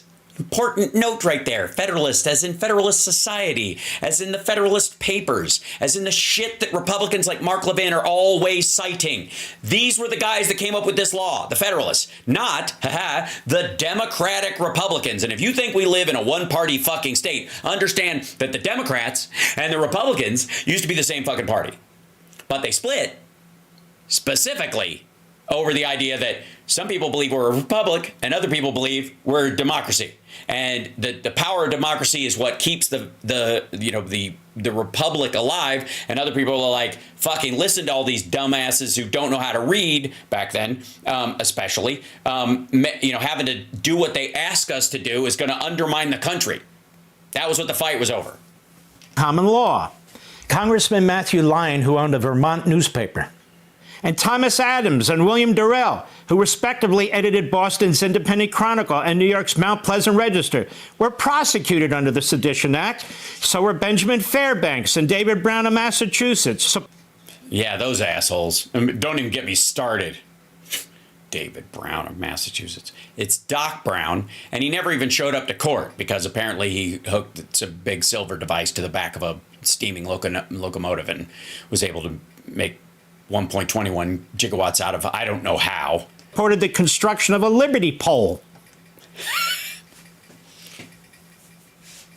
You don't say. Luther Baldwin. I think probably that was a different act entirely. I think you make a Liberty pole, and you're just asking for trouble. I'm just saying. I think it violated the Comstock Act personally. And Brown Clark of Newark, New Jersey were indicted for criticizing President Adams in a tavern. Were they in a tavern, or was Adams in this tavern, or were they all in a tavern and they shit-talked him? Other prosecutions included those of William Duane of Philadelphia, Anne Greenleaf of New York's Argus, Charles Holt of the New London Bee, and Anthony. Also, why are you yelling this shit at me? We don't care. Haswell from the Vermont Gazette, state legislator. All right, this is not research you did. You just got shit off of Wikipedia and you're just reading it. Jedediah Peck. You found a link about the Sedition Act of 1798, and you're just reading one of the links. Was indicted for circulating petitions. If you do research, you can cite it without reading it. Petitions criticizing the sedition. Sometimes you can show your work, but you don't always have to. You can quote it and talk about it and go, if you need to look this up, check it out at da-da-da-da, and then you can move on with it. But if you're just reading, because this is all new to you and you're not quite sure what the fuck you're talking about anyways, better to just put it up on the screen and not be on screen while you're reading it like you're fucking yelling your food order in a country where you don't speak the language. As were Thomas Cooper, who edited the Northumberland Gazette, and James... Northumberland, not North Cumberland. I just don't want someone doing time. I don't want them to dig up someone's bones and go, we totally put the wrong person in jail. We need to take this guy's bones and put him in jail. T. Callender, who had published The Prospect before the U.S. That's Marie Callender's great uncle, who The Prospect later became a cookbook on making pies. What do you think about that? I think you're an asshole. Nobody gives a fuck. What does this have to do with anything?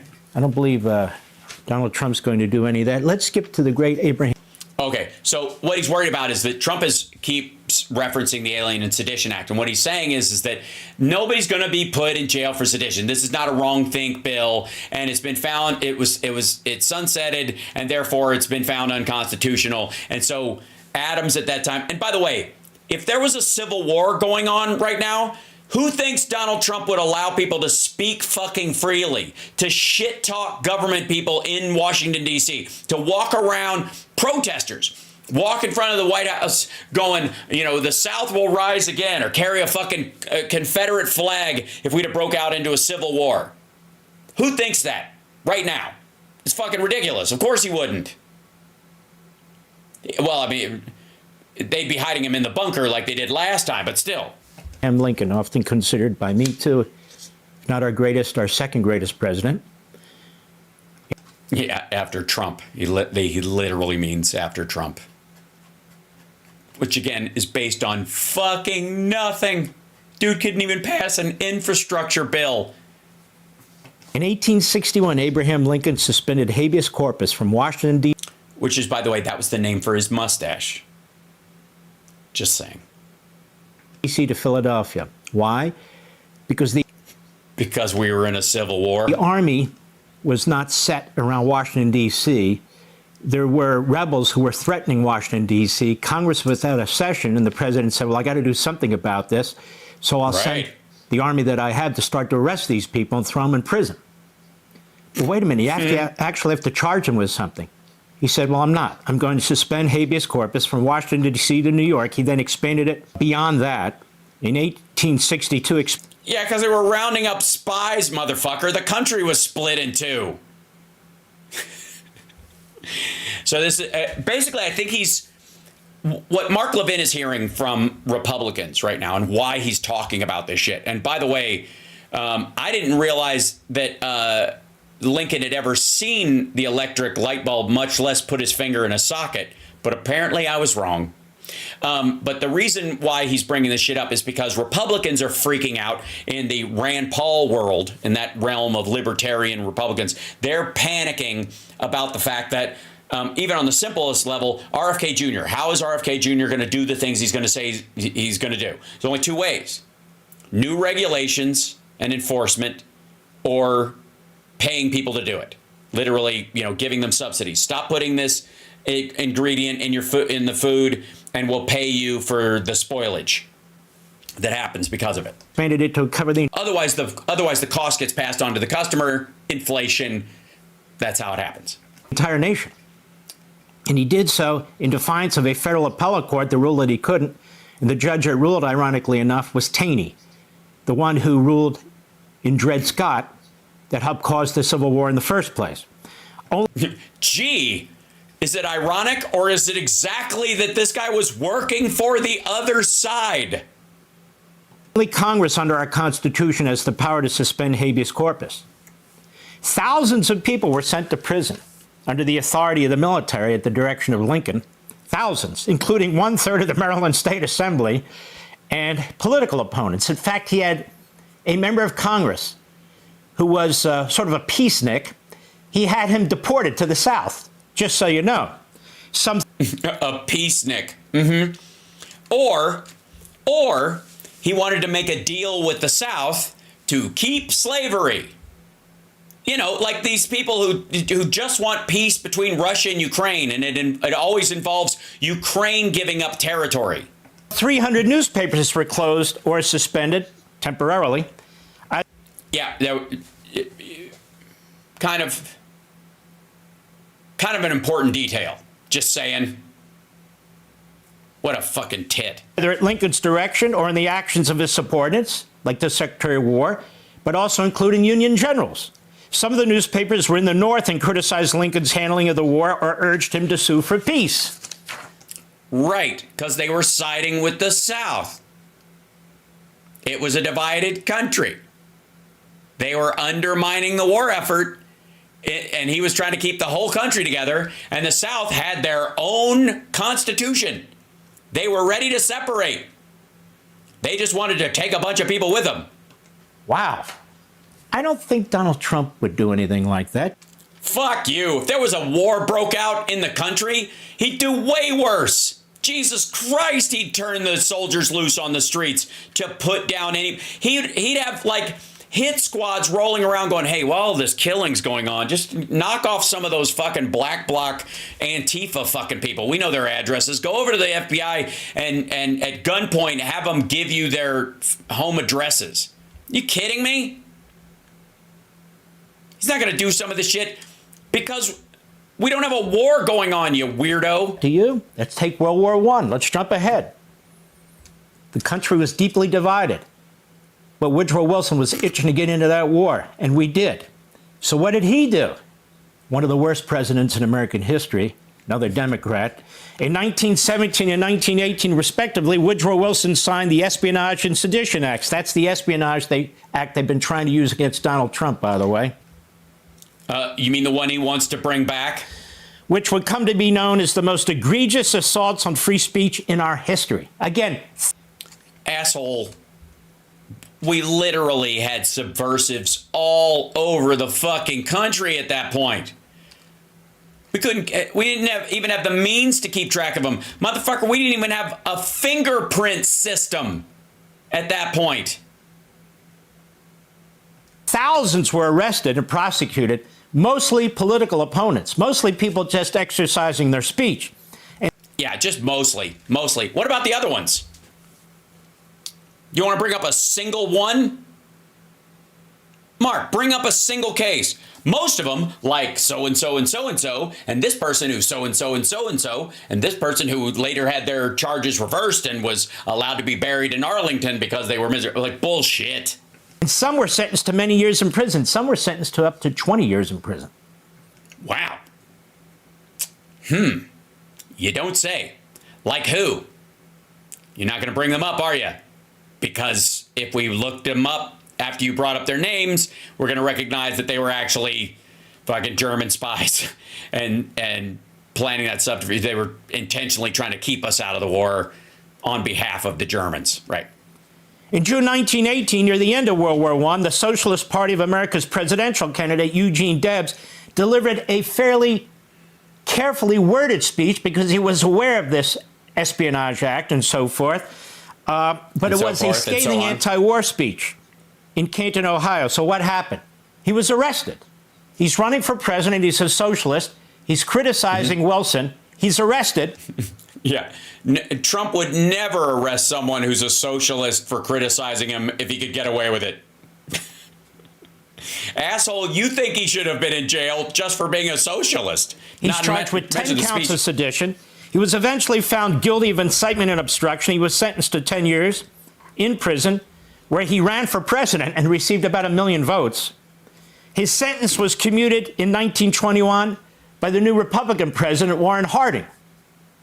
Wilson also instituted the most extensive censorship regime. Also, for the record, the Democrats back then are the Republicans of today. You have to understand that during the Civil Rights era, when the Civil Rights Act was being fought out, and those issues came to bear, the Dixiecrats, the Southern Democrats, became Republicans. And the voting bloc that the Democrats had a hold on for a long time shifted Republican because those people abandoned the Democratic Party because of their support for the rights of women and African Americans.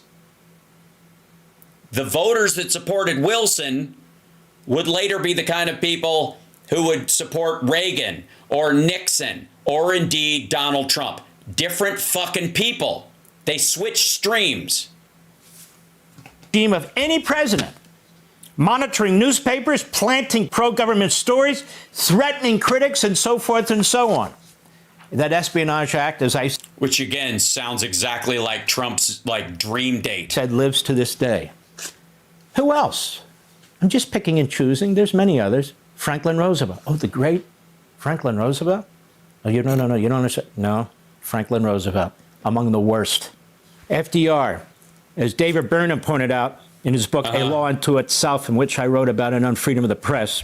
Power, politics, and the IRS. Right, creating the Internal Revenue Service. What a bastard. FDR, confidential government documents prove that Roosevelt and the officials around him did not hesitate to mobilize the IRS. And I'm quoting, in efforts to destroy the careers of individuals they decided were enemies. What was the standard by which they decided those people were, quote, enemies? Was it just kind of they didn't like their face? Or was it the fact that they were working for a foreign government? FDR ordered the Treasury Department and the IRS to destroy former Republican Secretary of the Treasury, Andrew Mellon. And at this point, he was 22 years old. He had a long, vibrant life ahead of him, and they snatched it from him. This is him right after he graduated from university. They developed phony criminal tax charges, even though they knew he was innocent. Morgenthau, his Treasury Secretary, said to Roosevelt, he's an innocent man. Roosevelt said, I don't care. And they sought to put him in prison.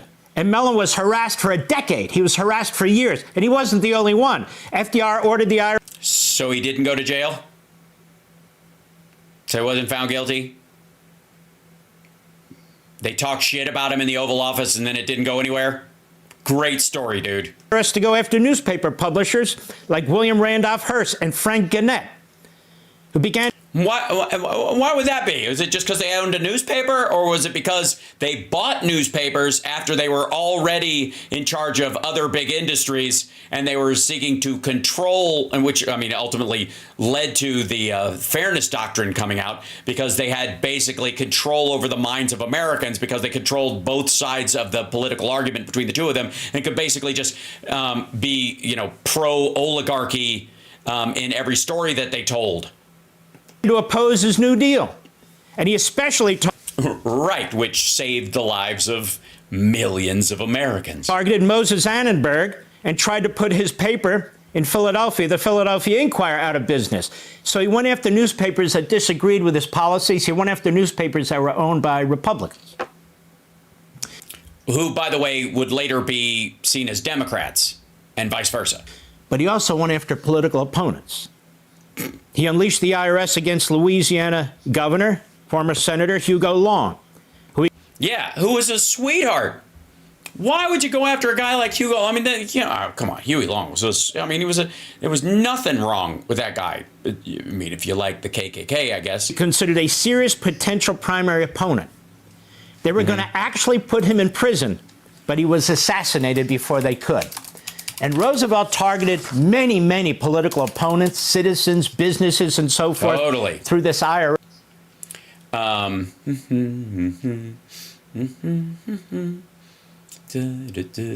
on. Huie Long. Hold on. There we go. Hit down here, you crazy thing. Okay. My lord. No. Go away. Stop it. I'm trying to. Hold on. Control minus. There we go. Go away. Huey Pierce Long Jr., a.k.a. Kingfish, was the 40th governor of Louisiana from 28 to 32. Think back to, if you would, 1928 to 1932.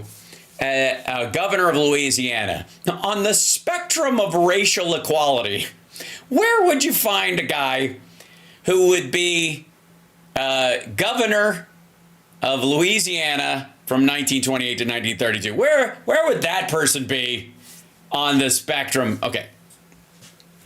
Let's see. Long was born in poverty. Here you go. 20 tallest. They're elected to U.S. Senate in 1930. Didn't assume his seat until 32. He established himself as an isolationist, arguing against Standard Oil and Wall Street orchestrated American foreign policy. It sounds like now. Hold on. This basically you could argue that Huie Long is like Donald Trump is like the second coming of Huie Long. He was viewed as a fascist demagogue. He argued that big whatever runs everything, and little you can't do anything. Right? Okay. Taft praised him as the most brilliant lawyer who ever practiced law. I mean, he sounds like Matt Gaetz, essentially. He appealed to sharp economic and class divisions in Louisiana to win the 28 gubernatorial election. Once in office, he expanded social programs, organized massive public works projects such as a modern highway system and the tallest Capitol building in the nation, which, by the way, they had. And he proposed a cotton holiday. Through political maneuvering, Long became the political boss of Louisiana. He was impeached in 29 for abuse of power, but the proceedings collapsed in the state Senate. Boy, it sounds familiar, doesn't it? By the way, this was federal money that built all that other shit. That he was the public works projects and the expanded social programs. That was under Roosevelt. Like that, where the fuck? It's all New Deal shit. He's one of these assholes who showed up and like cut ribbons at stuff he was against, essentially. And let's see, to stimulate the economy, he advocated massive federal spending with a wealth tax and wealth redistribution. These proposals, and again, this is the flip shot. Remember, he was Republican, which later would become what was seen as Democrats. And the thing, what was he was like, for all this shit, sounds like a Democrat, right? Until, wait, black people too? Eek. All right. And then, let's see, education, marriage, and then, as there is, and the Huie Long, and then his gubernatorial campaign. And here's Long developed novel campaign techniques, including the use of sound trucks and radio commercials. His stance on race was unorthodox. According to T. Harry Williams, Long was the first Southern mass leader to leave aside race baiting and appeals to the Southern tradition, the Southern past, and address himself to the social and economic problems of the president. He basically ignored them because he didn't think they were part of the conversation. The campaign sometimes descended into brutality when the 60-year-old incumbent governor called Long a liar during a chance encounter in the lobby of the Roosevelt Hotel. Long punched him in the face. In the Democratic primary election, Long polled 126,842 votes, a plurality of 43.9. His margin was the largest in state's history, and no opponent chose to face him in a runoff. After earning the Democratic nomination and easily defeated the Republican nominee in the general election, 96.1% of the vote. Totally above board. Long was the youngest person ever elected as governor of Louisiana. After some 15,000 Louisianans traveled to Baton Rouge for Long's inauguration, set up tents, free drinks, jazz bands, evoking Andrew Jackson's 1829 inaugural festivities. Victory was seen as a public thing, blah, blah, blah. First year, he does all this stuff, blah, blah, blah. And he was impeached in 29, and he went in front of the Senate and senator-elect, and then he became a senator, and then Roosevelt and the New Deal, and he hated him, and the Chaco War, blah, blah, blah, and the whole share your wealth thing, which was the most democratic thing about him. And then he was going to run for office. And then tensions in Louisiana, and he was assassinated. There you go. Long traveled to the state capitol to pass a bill that would gerrymander the district of an opponent, Judge Benjamin Pavey, who had held his position for 28 years. At 9:20 p.m., just after the passage of the bill, effectively removing Pavey, the judge's son-in-law, Carl Weiss, approached Long and, according to generally accepted version of events, fired a single shot with a handgun 4 feet away, striking Long in the torso. Long's bodyguards, nicknamed the Cossacks, or Skull Crushers, then fired at Weiss with their pistols, killing him. An autopsy found Weiss had been shot at least 60 times. Long ran down a flight of stairs and across the Capitol grounds, hailing a car to take him to Our Lady of the Lake Hospital. He was rushed to the operating room where surgery closed perforations on his intestines, but failed to stop internal bleeding. He died at 4:10 a.m., 31 hours after being shot. His last words were, "I wonder what will happen to my poor university boys," or "God, don't let me die. I have so much to do."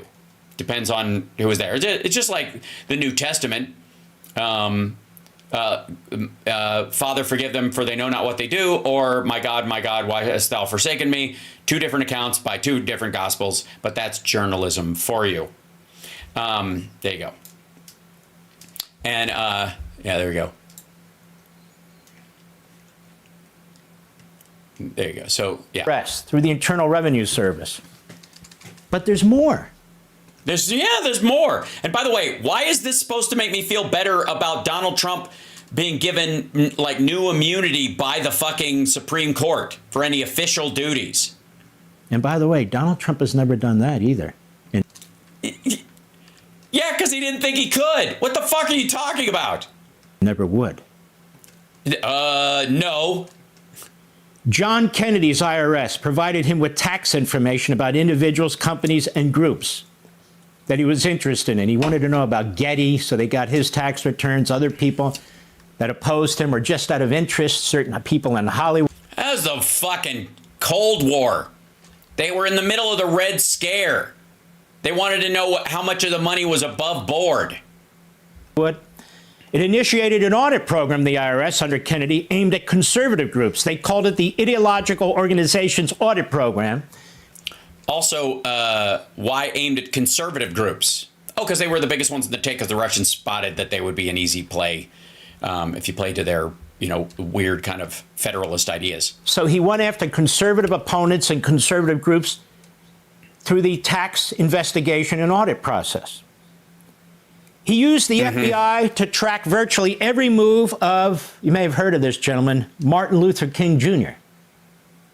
They tapped into his phones and they bugged it. Also, the idea that Kennedy was behind this and not Hoover, who was insisting on it, is kind of bullshit. They might have reported up that they were keeping track of, as part of a group of people that they were just, checking on. But good Lord. His house.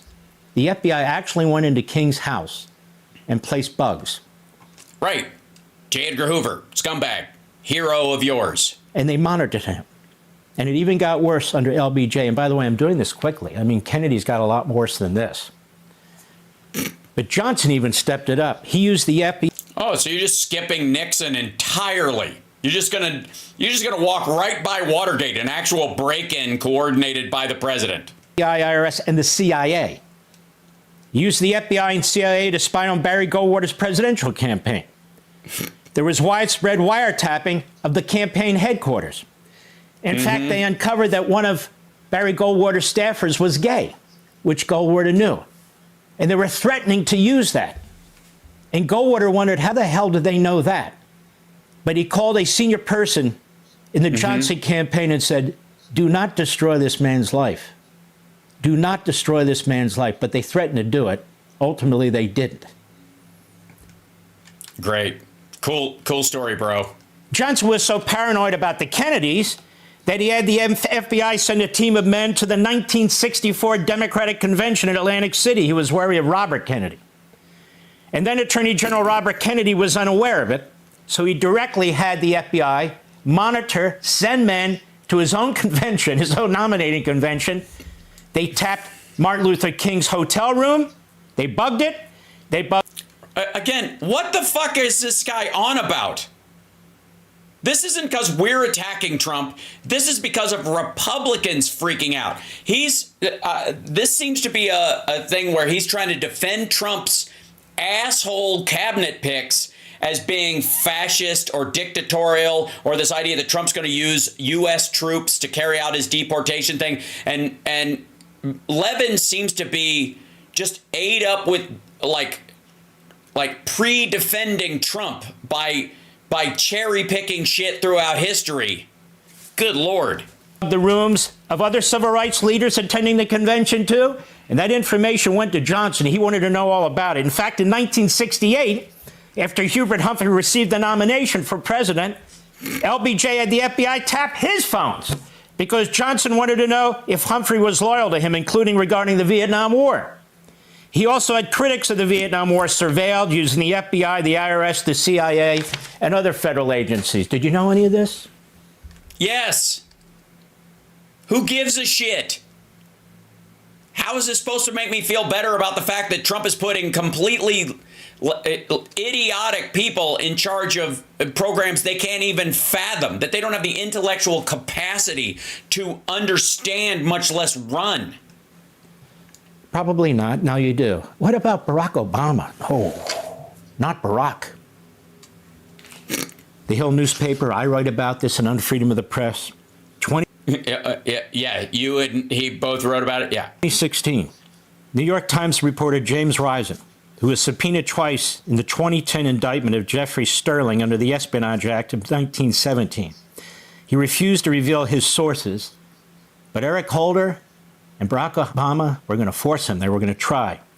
Risen was subjected to a 7-year nightmare of subpoenas, responses, appeals, one rejected by the Supreme Court, threats.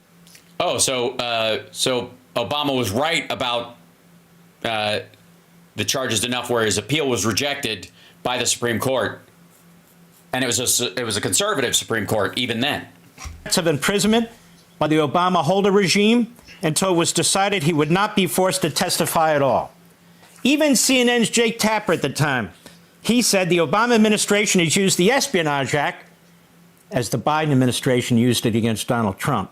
The Espionage Act to go after whistleblowers who leaked to journalists more than all previous administrations combined 7 times, said Tapper. Yeah, but because hacking is new. And the difference between you finding, as a whistleblower, you finding something out that you see with your own eyes, and you take that information and you go and give it to a reporter because you've run it up the chain and they're not listening to you, or you fear that this crime will go unpunished. The difference is that because of WikiLeaks and how it was being run, and DC Leaks and Julian Assange, and then, of course, Snowden, there were people who were calling people and going that they knew were sympathetic because they saw what they posted on social media and said, we know you're in this position. We'll show you how to get this information out of the servers. It isn't that they spontaneously saw this and were offended by it or thought it was wrong. We want this information. Go get it and bring it to us. And in a lot of cases, even largely the Snowden stuff, it wasn't even stuff that was criminal. It was just stuff that looked spooky by U.S. standards to the average person, enough to undermine the validity of what the U.S. government was doing. But like the PRISM program, the biggest thing that Snowden uncovers is literally something that one corporation can buy that information from Google, but the government can't buy it can't have their own system to get it, and by which they paid for it largely from Google and these other sites because it's spying or some shit. Like you know, the terms of service are one thing, and the terms of service says we can sell it to anybody. except the government, which is, I don't know why that makes any fucking sense at all. If it's for sale, it's for sale. Nobody went after the press like Obama and Holder in my... And also, by the way, that's because they went after very specific points dealing with espionage. And the reason that Trump didn't go after them is because a lot of it's just complaints. Modern times. Nobody. Oh, God, just lazy. All right, I'm literally bored with his fucking blather. And I'm over time. Can we, can we stay with the them of history, I suppose? I'll only take a couple more minutes because, again, I got to get in a car and drive tonight. But first, ladies and gentlemen, I would like to introduce you to the most miserable man on the internet, Greg Kelly, who apparently is expecting Trump to give us all the answers about the JFK assassination. He's going to tell us the truth about it finally. Not so much the Epstein files, but this one, total news dump, every detail, absolutely. It's all coming out, and it's going to be exciting, and we'll put it to bed finally, and all the questions will be answered, and America will right itself, and we'll realize that, I don't know, the CIA did it with the mob and, the Cubans. But Greg Kelly, Trump will give us the answers to JFK's assassination. Anything to not talk about the Epstein files, I guess. So, where were you? Were you alive when John? No, I was not alive. I was, my sister would be born the following year. John F. Kennedy was assassinated November 22nd, 1963. 61 years ago today. Most people weren't, but some people were. Yeah. Most people are under 61, is what you're saying? The vast majority of people? What? Or honestly, if you're going with your viewers, I think most people are over 61 because only someone that old and forgetful would have the kind of patience to watch this dribble. And I got to admit something that I'm not proud of, but I actually believed the Warren Commission for a long time. Lee Harvey Oswald shot him, and he shot him by himself. Yes, why would the government ever lie to us? Oh boy, talk about naive. You know, were we ever so young riding the bus 3 weeks ago? Government, I believe, killed John F. Kennedy. And so do... He was the government. Very key members of John F. Kennedy's family. More on that in a second. But, and he does mean moron. But with President Trump coming back, maybe, finally, soon, we'll all be able to get to the bottom of what really happened. That's right. So you're not gonna play the Fox and Friends clip where he's not gonna release the Epstein files? Weird. JFK in particular. So they call me, a lot of good people call me, people that that you would find reasonable people. Who in the fuck cares who Joe Rogan thinks is reasonable? Eddie Bravo? And they asked me not to do it, so I said, well, we'll close it for another time.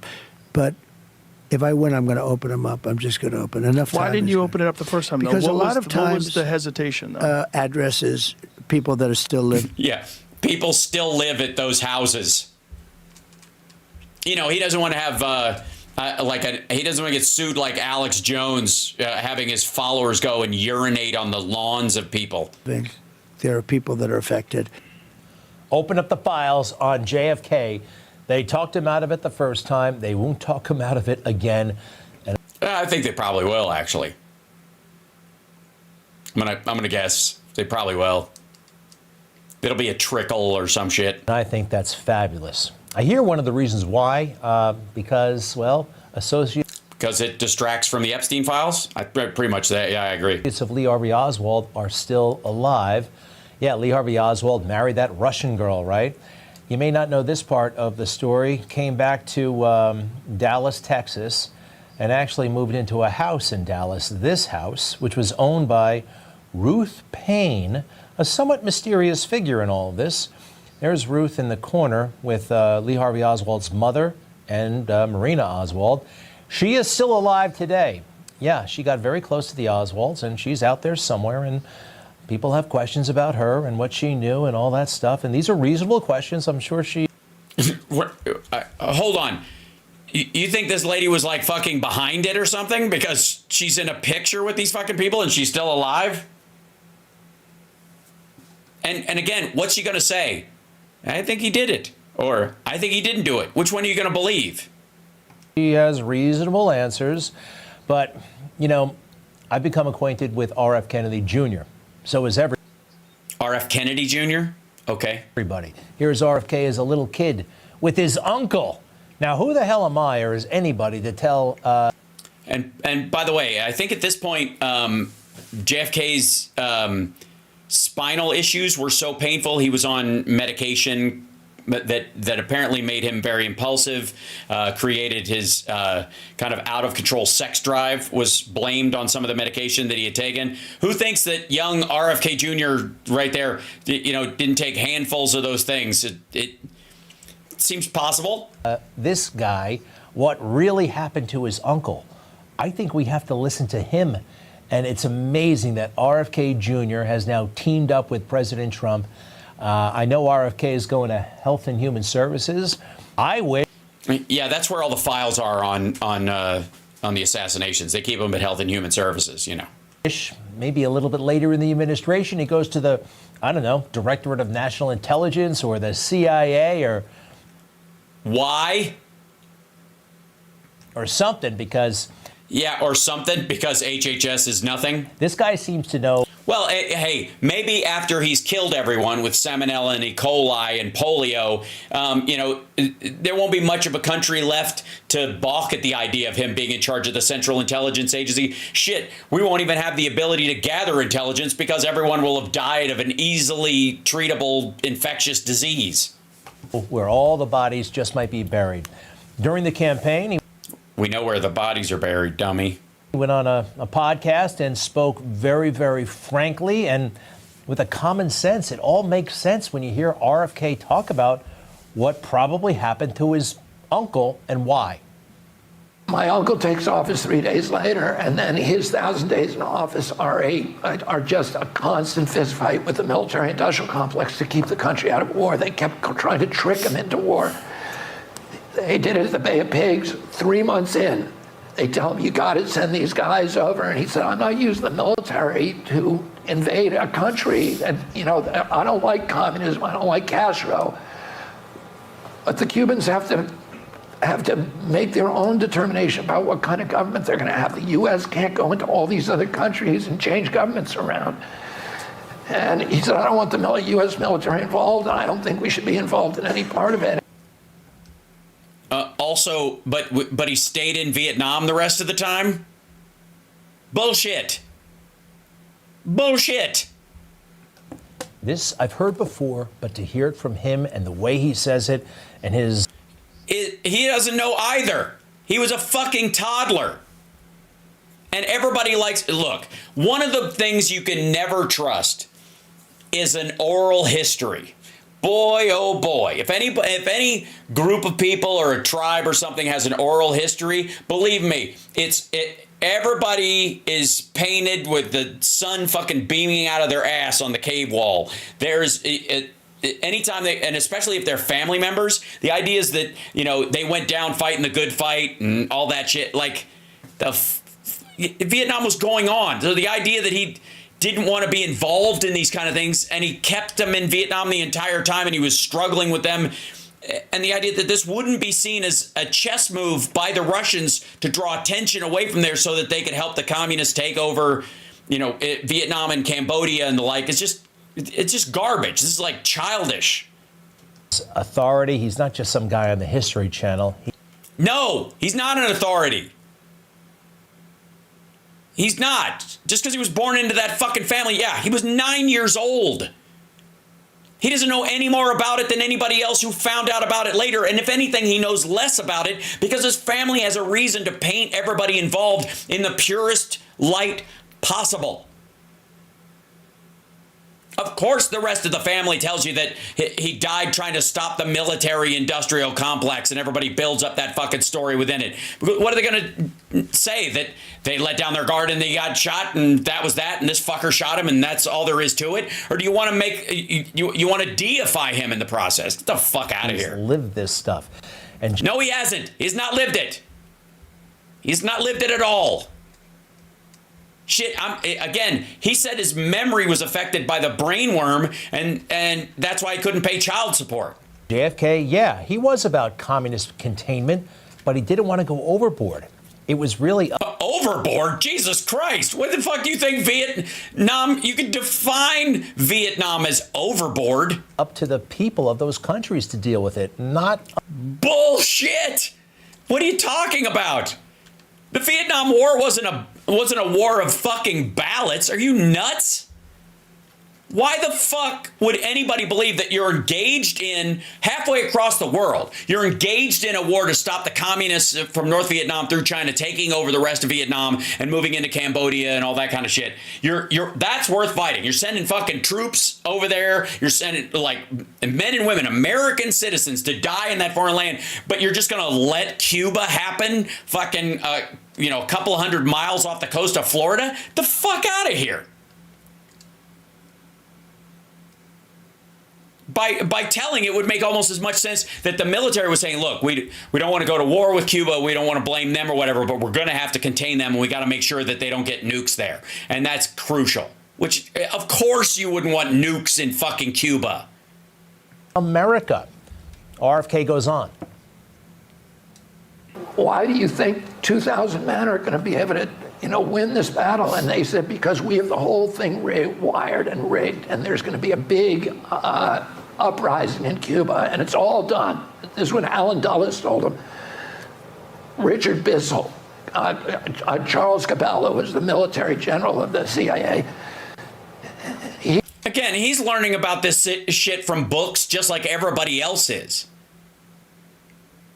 And a lot of this is apocryphal horseshit. He suspected that, but he couldn't believe they just lying to him. And, when those men were dying on the beach, and they were telling, now you got to send in air cover, you got to send in the Essex, the aircraft carrier. He said, I'm not. And he realized he'd been tricked, and they thought a young president would, cave in to avoid humiliation. It was the lowest point of my uncle's presidency that those men were dying because of his bad decision. Talking about the Bay of Pigs, about that invasion.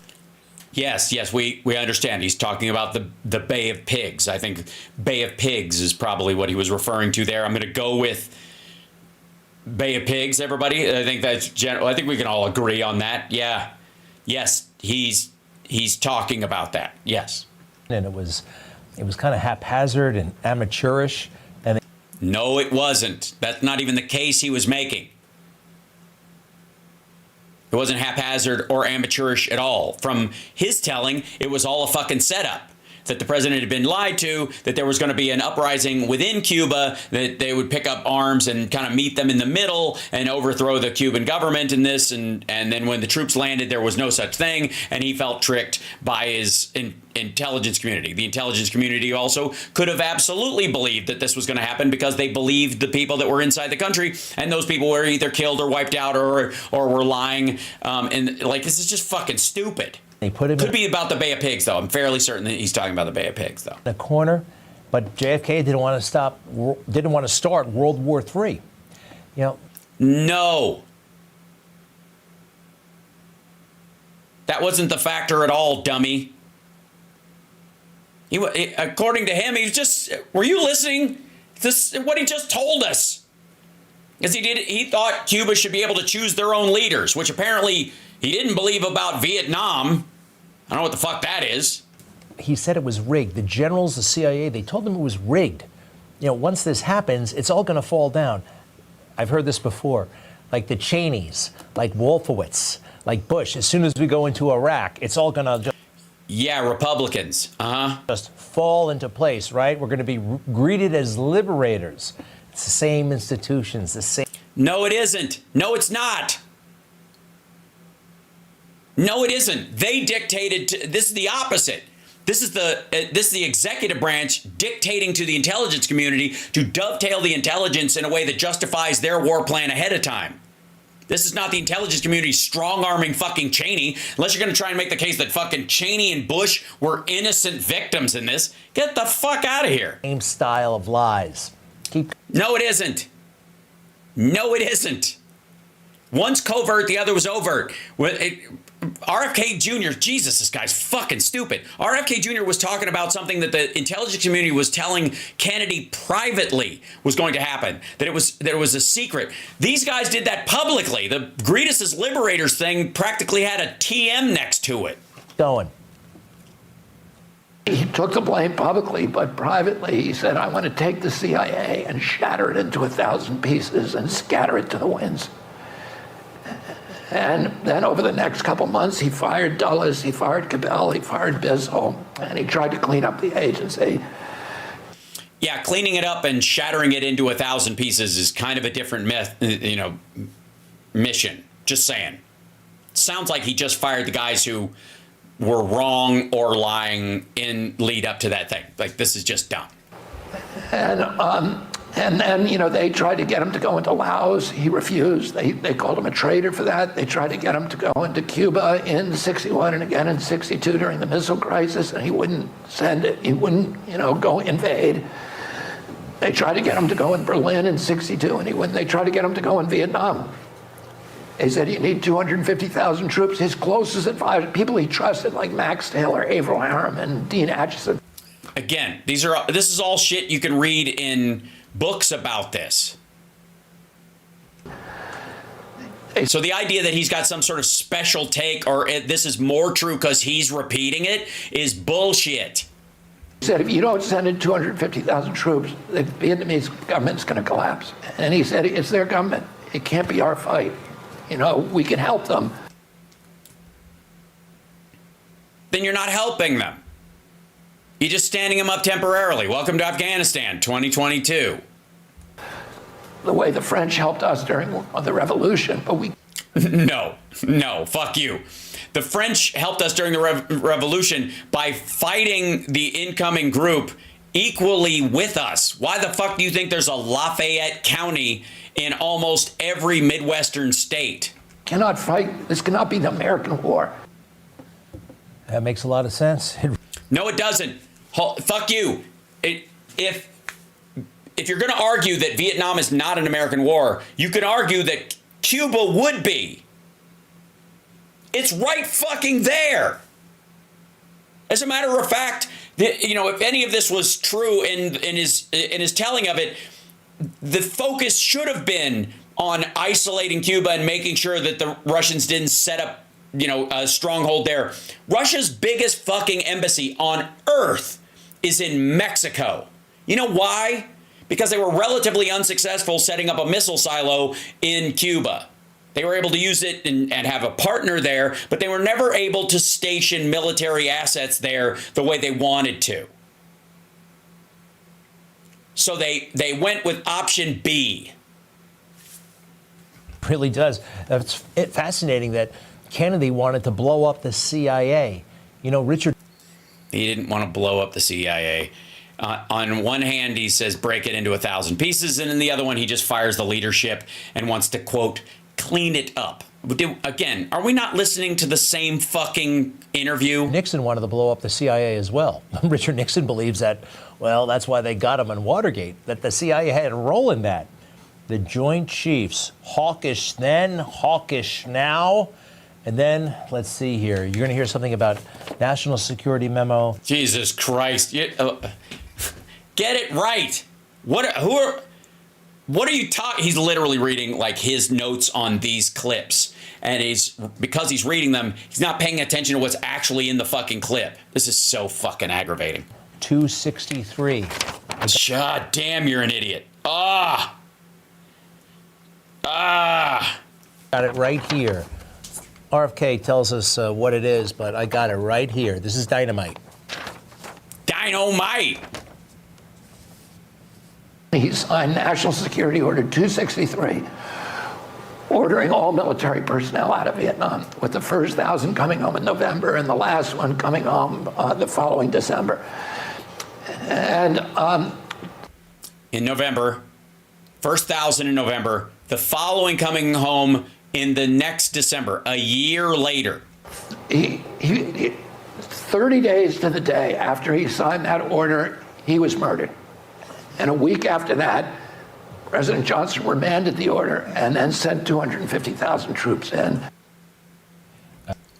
So Johnson had him killed. Is that the idea? That's what you guys are going with? And not the fact that if you're going to say it was because of the Cuban Missile Crisis and his inability to go into it, it had nothing to do with fucking Vietnam.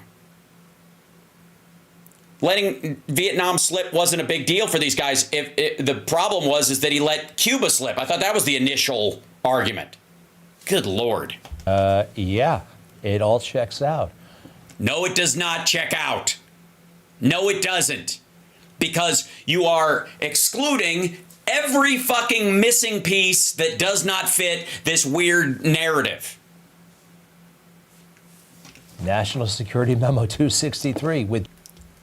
Right. By the end of 1963. So and again, withdraw 1,000 U.S. military personnel by the end of 1963. That was November.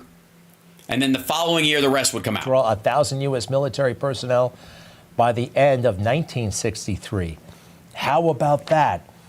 But he shot and killed, and a week later, LBJ, who, let's face it, LBJ, I mean, man, did anybody benefit on November 22nd, 1963, like LBJ and those who wanted war in Iraq, in Afghanistan, you mean in Vietnam? Also, he only got to certain, well... Vietnam, excuse me. How about this stuff? Okay, so the idea is that Trump's going to release this and Johnson had him murdered with the help of the CIA. That's the story you think is going to come out. That's the story. And that it was because of his unwillingness to send 250,000 troops to Vietnam that they shot him, and they had 3 people shoot at him from the grassy knoll, and Oswald was set up as a patsy so that because they really wanted to go into Vietnam specifically. They weren't really chuffed about Cuba, again, right off the fucking corner of Florida. It was Vietnam that they were really angry about, that they wanted a quarter of them because the military industrial complex wanted to fight a war of old fucking gear and meat waves in Vietnam. That's the thought. Ordered thousands, tens upon thousands, 250,000 troops when Kennedy wanted the opposite. All right, one more from RFK Jr. My father ran against the war in '68. He wins the California primary, meaning he's on his way to the White House, and he shot that night.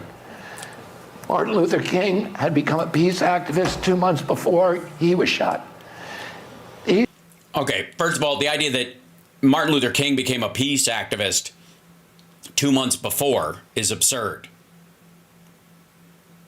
Like it suddenly occurred to him. These traumas, my uncle's death, my father, King's death, the Vietnam War itself, 9/11 and COVID. Each one of these traumas pushed us a little farther down that road of paranoid bullshittery. Oh, and by the way, all the rock stars that died around that time and John Lennon's assassination, AIDS, none of that stuff was a trauma. The fucking OPEC oil embargo during Jimmy Carter's era, which has made everybody shit talk Jimmy Carter for decades because Ronald Reagan literally struck a deal with the Iranians to hold on to hostages during that time, and everybody else was playing footsie with them about oil, especially in Texas. Or warned us against where today, we are the military-industrial complex. Our democracy, nobody in this country believes that their voices are audible in Washington. Which is bullshit. Or, again, now explain that Trump won and you're going to be in a position that now the military-industrial complex is like, fuck it, let him have it. Is that what they're doing now? They've just decided maybe, or have you joined the team and you now speak for them? Because they're either a giant Illuminati organization behind everything running it and you just magically slip through the cracks, or you're part of it. Or I guess there's a third option, which is my personal favorite. It's bullshit. That you focus on 6 or 7 elements of something and you spend all your time trying to Rubik's Cube them into one color, one side turning out the right color and going, aha. If I can get one color all on one side, then I can get the rest of them that way, even though it doesn't fucking match at all. Everything is rigged, and everybody knows it. It's like the kabuki theater of a democracy. Right, which is horseshit, or you wouldn't have a position in the fucking cabinet. Unless, of course, they're setting Trump up for a massive fall. So I guess I should go out and what, buy popcorn? See, it's not real. It's a Hollywood stage set with, you know, people pretending to have elections that are already chosen in advance and everything else. And I'm not being paranoid. Just look what's happening right now. No. What's happening right now? None of that panned out. You're full of shit. Your dude won. And if it's kabuki theater and they're picking the winner ahead of time, they picked your fucking guy. The military-industrial complex, if it runs everything, picked him the first time. The loose cannon part was Biden. They just needed the economy to be reset because Trump doesn't know what the fuck he's doing. And then as soon as he got it back on its feet, they could hand it back over to Trump to fuck around all over the place and serve the, you know, the interests of the war machine. Right? If any of what he's saying is true, then Trump has to be a part of it. It doesn't ebb and fucking flow. If you're going to believe Obama had to be part of it, then so did Trump. And if Trump isn't, then it doesn't fucking exist. They would not wild card it if they control everything just for the shit of it. If it's kabuki theater and they control everything, then they control this too. Good Lord. Get fucking over yourself. Look what's happened. He was talking about this during the campaign. Right. And then Trump won, and now it's just like, never mind. But what did I say? Fuck that. Kamala Harris, the nominee, 0 votes, right? 0 votes. No, the ticket won again during the primary. She didn't have to win any. She was the vice president. We didn't have time for another one because he dropped out late. It's not a problem. And also, she didn't ultimately win because regardless of how the Democratic Party picks their leaders, the country still gets to vote. And they can decide whether that's a standard they like or a standard they don't. You can argue that if she'd had a year and a half to campaign, she might have done better. She might have done worse. We will never know. That's not the point. Unless she runs again and wins next time, which is a total possibility, there's no way of knowing that that's how it would have gone. But if it's set up, if the military-industrial complex and the fucking CIA, puppet masters, the whole fucking thing, then they're responsible for Trump winning. Then Kamala Harris and the whole thing looked so spooky and weird, didn't it? No, it didn't. And the CIA doesn't control the fucking Democratic Party, you dickhead. After listening to RFK, you have like a better sense of how the world really works. No, you don't, because Trump got elected. Not at all. Or you have to admit, Greg, that Trump is the CIA's man in the White House. That they were looking for a puppet, and they're like, look at the size of that guy's gaping asshole. Thanks, Putin, for clearing it out. We'll just shove our hand in there and take over from here. A couple of more things on the assassination of Kennedy. On this, the 61st anniversary, the Warren Commission convenes. And it looks like they get exactly the answer they want, that Oswald did it, and Oswald did it by himself. But how did they get that answer? How did they ensure they got the answer they wanted? Well, one thing they had to do was kill all the stuff that an FBI agent had, an FBI agent by the name of Hosty, Hosty. He was in contact with Oswald before the assassination. He was this close to having his appointment with Lee Harvey Oswald, but never quite made it to the appointment. He spoke out about this later. This is Hosty, ex-FBI agent. His assignment was Lee Harvey Oswald, but he... This is, oh shit. Okay, so this is from that C-SPAN's like book club thing. There is a station on YouTube that is run by like basically Russian bots that picks old like conspiracy era books they would have these book club things on C-SPAN, and all they do is re-air this shit. That's all they do is post Like all these fucking "We Faked the Moon Landing" books like that. When C-SPAN would cover these things back in the 90s, they just replay those things. Eesh. Botched it. And he said probably something that the FBI didn't want him to say. A couple of things, actually, but now it really, really rings true. This is the FBI that I know, and I think you know, too. Yes, sir. You mentioned in the book on page 96, I believe it is, that you felt frustrated in the early stages of the investigation. Yes. Because you felt as if everything you were doing was being scrutinized and nitpicked. Right. Even though you had been acting by the book, I believe is how you put it. Mm-hmm. Maybe I'm missing something, but it doesn't seem quite by the book to tear up a note from the assassin and flush it down the toilet. That's true. However, I was told to do that. I was following orders. That's true. But the people who were nitpicking me were the ones that ordered me to do it. So I don't feel that they should have been second-guessing me on that point. They ordered him to destroy documents. They ordered him to destroy evidence. Some things never seem to change. Also, no. Again, documented evidence, but the note itself that he talks about, I guess, in his book. But again, I'm just going by what he's showing here. But that guy says he tore up this note from Oswald. Is it evidence because anything that came out of Oswald would be evidence? Maybe. Could it be disinformation where he's specifically lying and they know he's lying and that'll send the investigation off into another, careening into the wrong direction or undermine shit? Yeah. Is that why they might have tore it up at that time? Sure. Right? This goes both ways. You don't know this guy's like a fucking standard any more than I do. Oy. Change with this FBI, huh? Next, please, Agent Hosty. The word was out there was going to be a cover-up. So I guess the FBI officials and the CIA and everybody... Sorry, the word was out? Was it... Did Walter Cronkite announce it on the evening news, or it was just kind of like scuttlebutt around the office? Everybody was elbowing each other. Everybody else figured, well, we'll have our little secondary cover-ups. The primary cover-up was what happened in Mexico City, and then the CIA covered up the fact that they were dealing with one of Castro's cabinet officers to try to assassinate him. They covered that up, and I guess then the FBI covered up. I don't know what all the Secret Service and the State Department covered up, but yeah, that.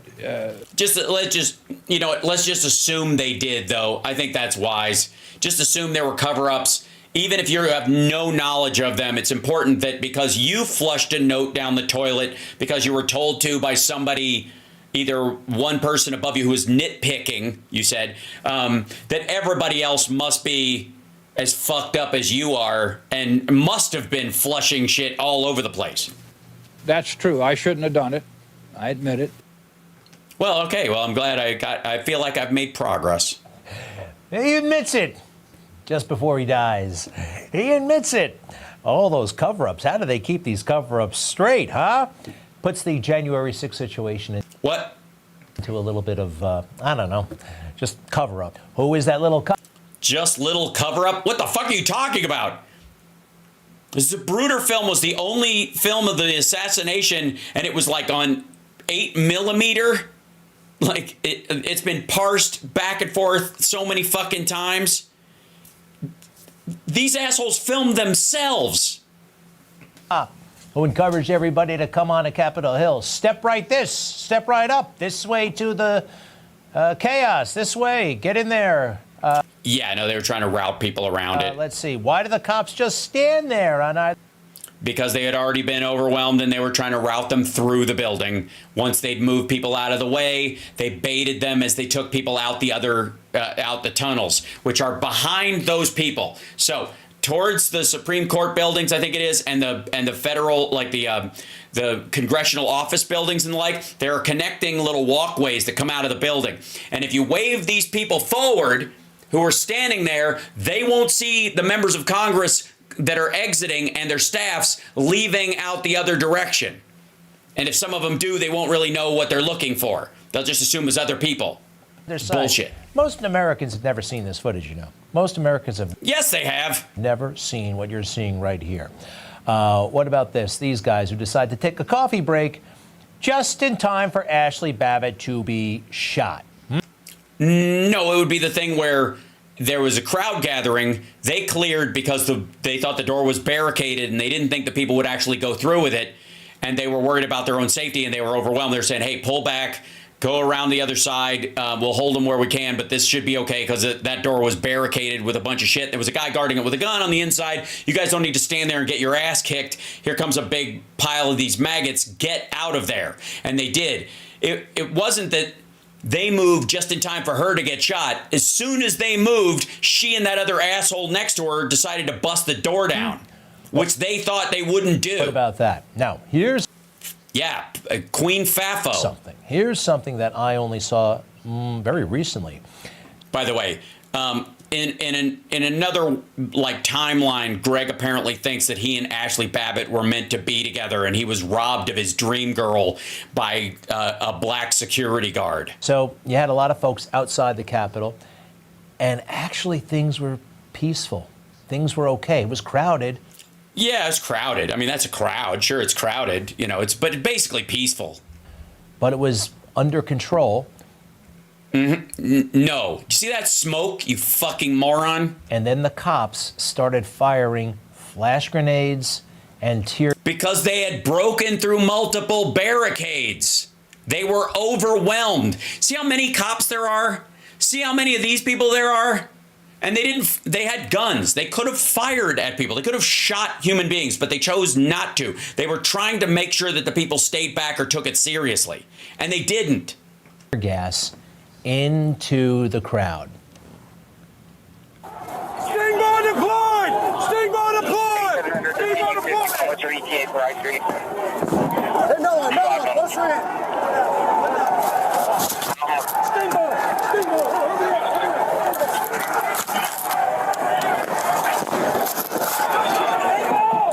Yeah, I don't know why you think this is weird. They'd broken through 3 barricades at that point. Now, why the hell would you do that? Because those people right there were fighting with the police officers already.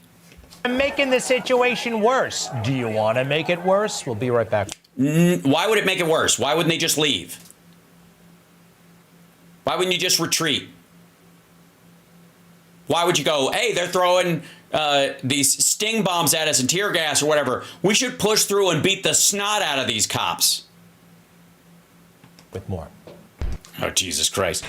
Oy, God. So anyways, that was, if you'll notice, apparently all the JFK stuff is now being used to bank shot this idea that you can't trust the government and specifically the FBI as if it's the same fucking group of people running it now as before there.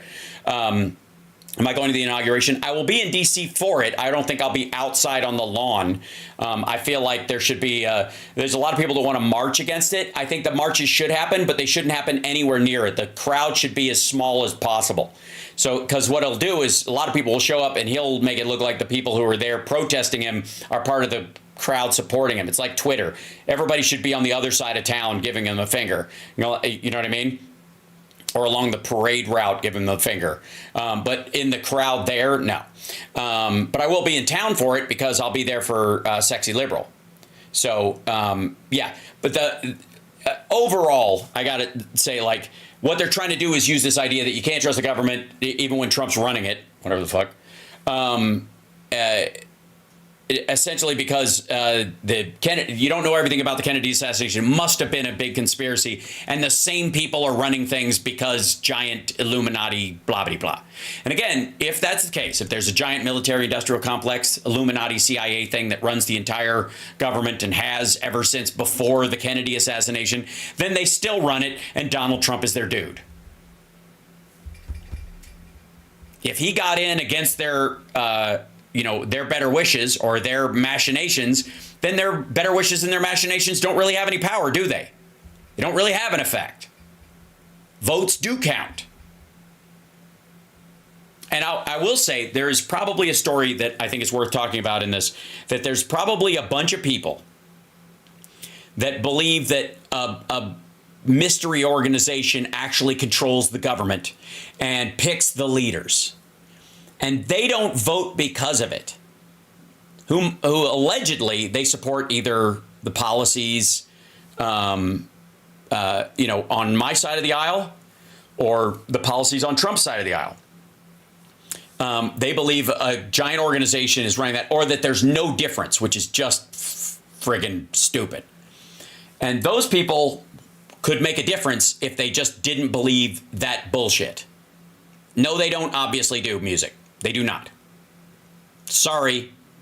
The deep state doesn't exist. He's talking about bureaucrats who are hired to carry out what's in the law, not what the whims of the current people running it are. And they don't get to spin the fucking country on a dime just because they don't like the policies that were passed, and they can't pass a new law to upend it. So they blame the bureaucracy for why they can't get their way when a new administration comes in. It's the same bitching that every presidential cabinet has done since I've been alive. So it's just goofy. I got to tell you, like, and I have to say, this idea that there's some big organization running the world, the idea that they are somehow benevolent enough to let the ACA pass as all the stuff that they're allegedly just throwing us a bone so we won't attack or some shit like that. The fact that they would even bother when they have all the available bioweapons at their hands or whatever, they could diminish the population down to 144,000 people if they wanted to nearly instantly. The fact that they haven't done it, I mean, the only argument for the existence, it's definitely the Pentaverate. The only argument for their existence is that they are actually, good for everything, that they do actually care about. Hold on one second. That they actually do run things well, which is just ridiculous. It's a fantasy. It's bullshit. And every so often, people will pop up and they will use it to sell they'll sell sort of learned helplessness to you. Well, it's a well-known fact, Sonny Jim, that there's a secret society of the 5 wealthiest people in the world, known as the Pentaverate, who run everything in the world, including the newspapers, and meet tri-annually at a secret country mansion in Colorado known as the Meadows. So who's in this Pentaverate? The Queen, the Vatican, the Gettys, the Rothschilds, and Colonel Sanders before he went tits up.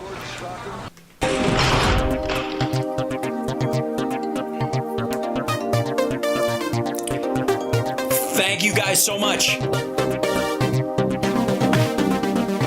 Twitch people, let me see some emotes. There we go. There we go. There we go. You can do it. Oh, there's a hand. I like it. Oh, here they come. Oh, it's a party. Love this song, baby. Bleeding Heart Liberal. Love it. Very exciting.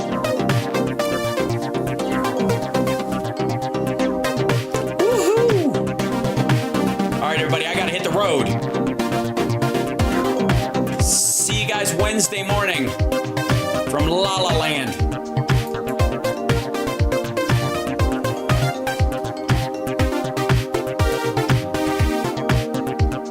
And thank you, Instagram.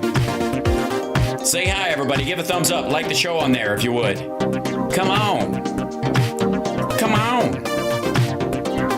I see you in there. Look at these people.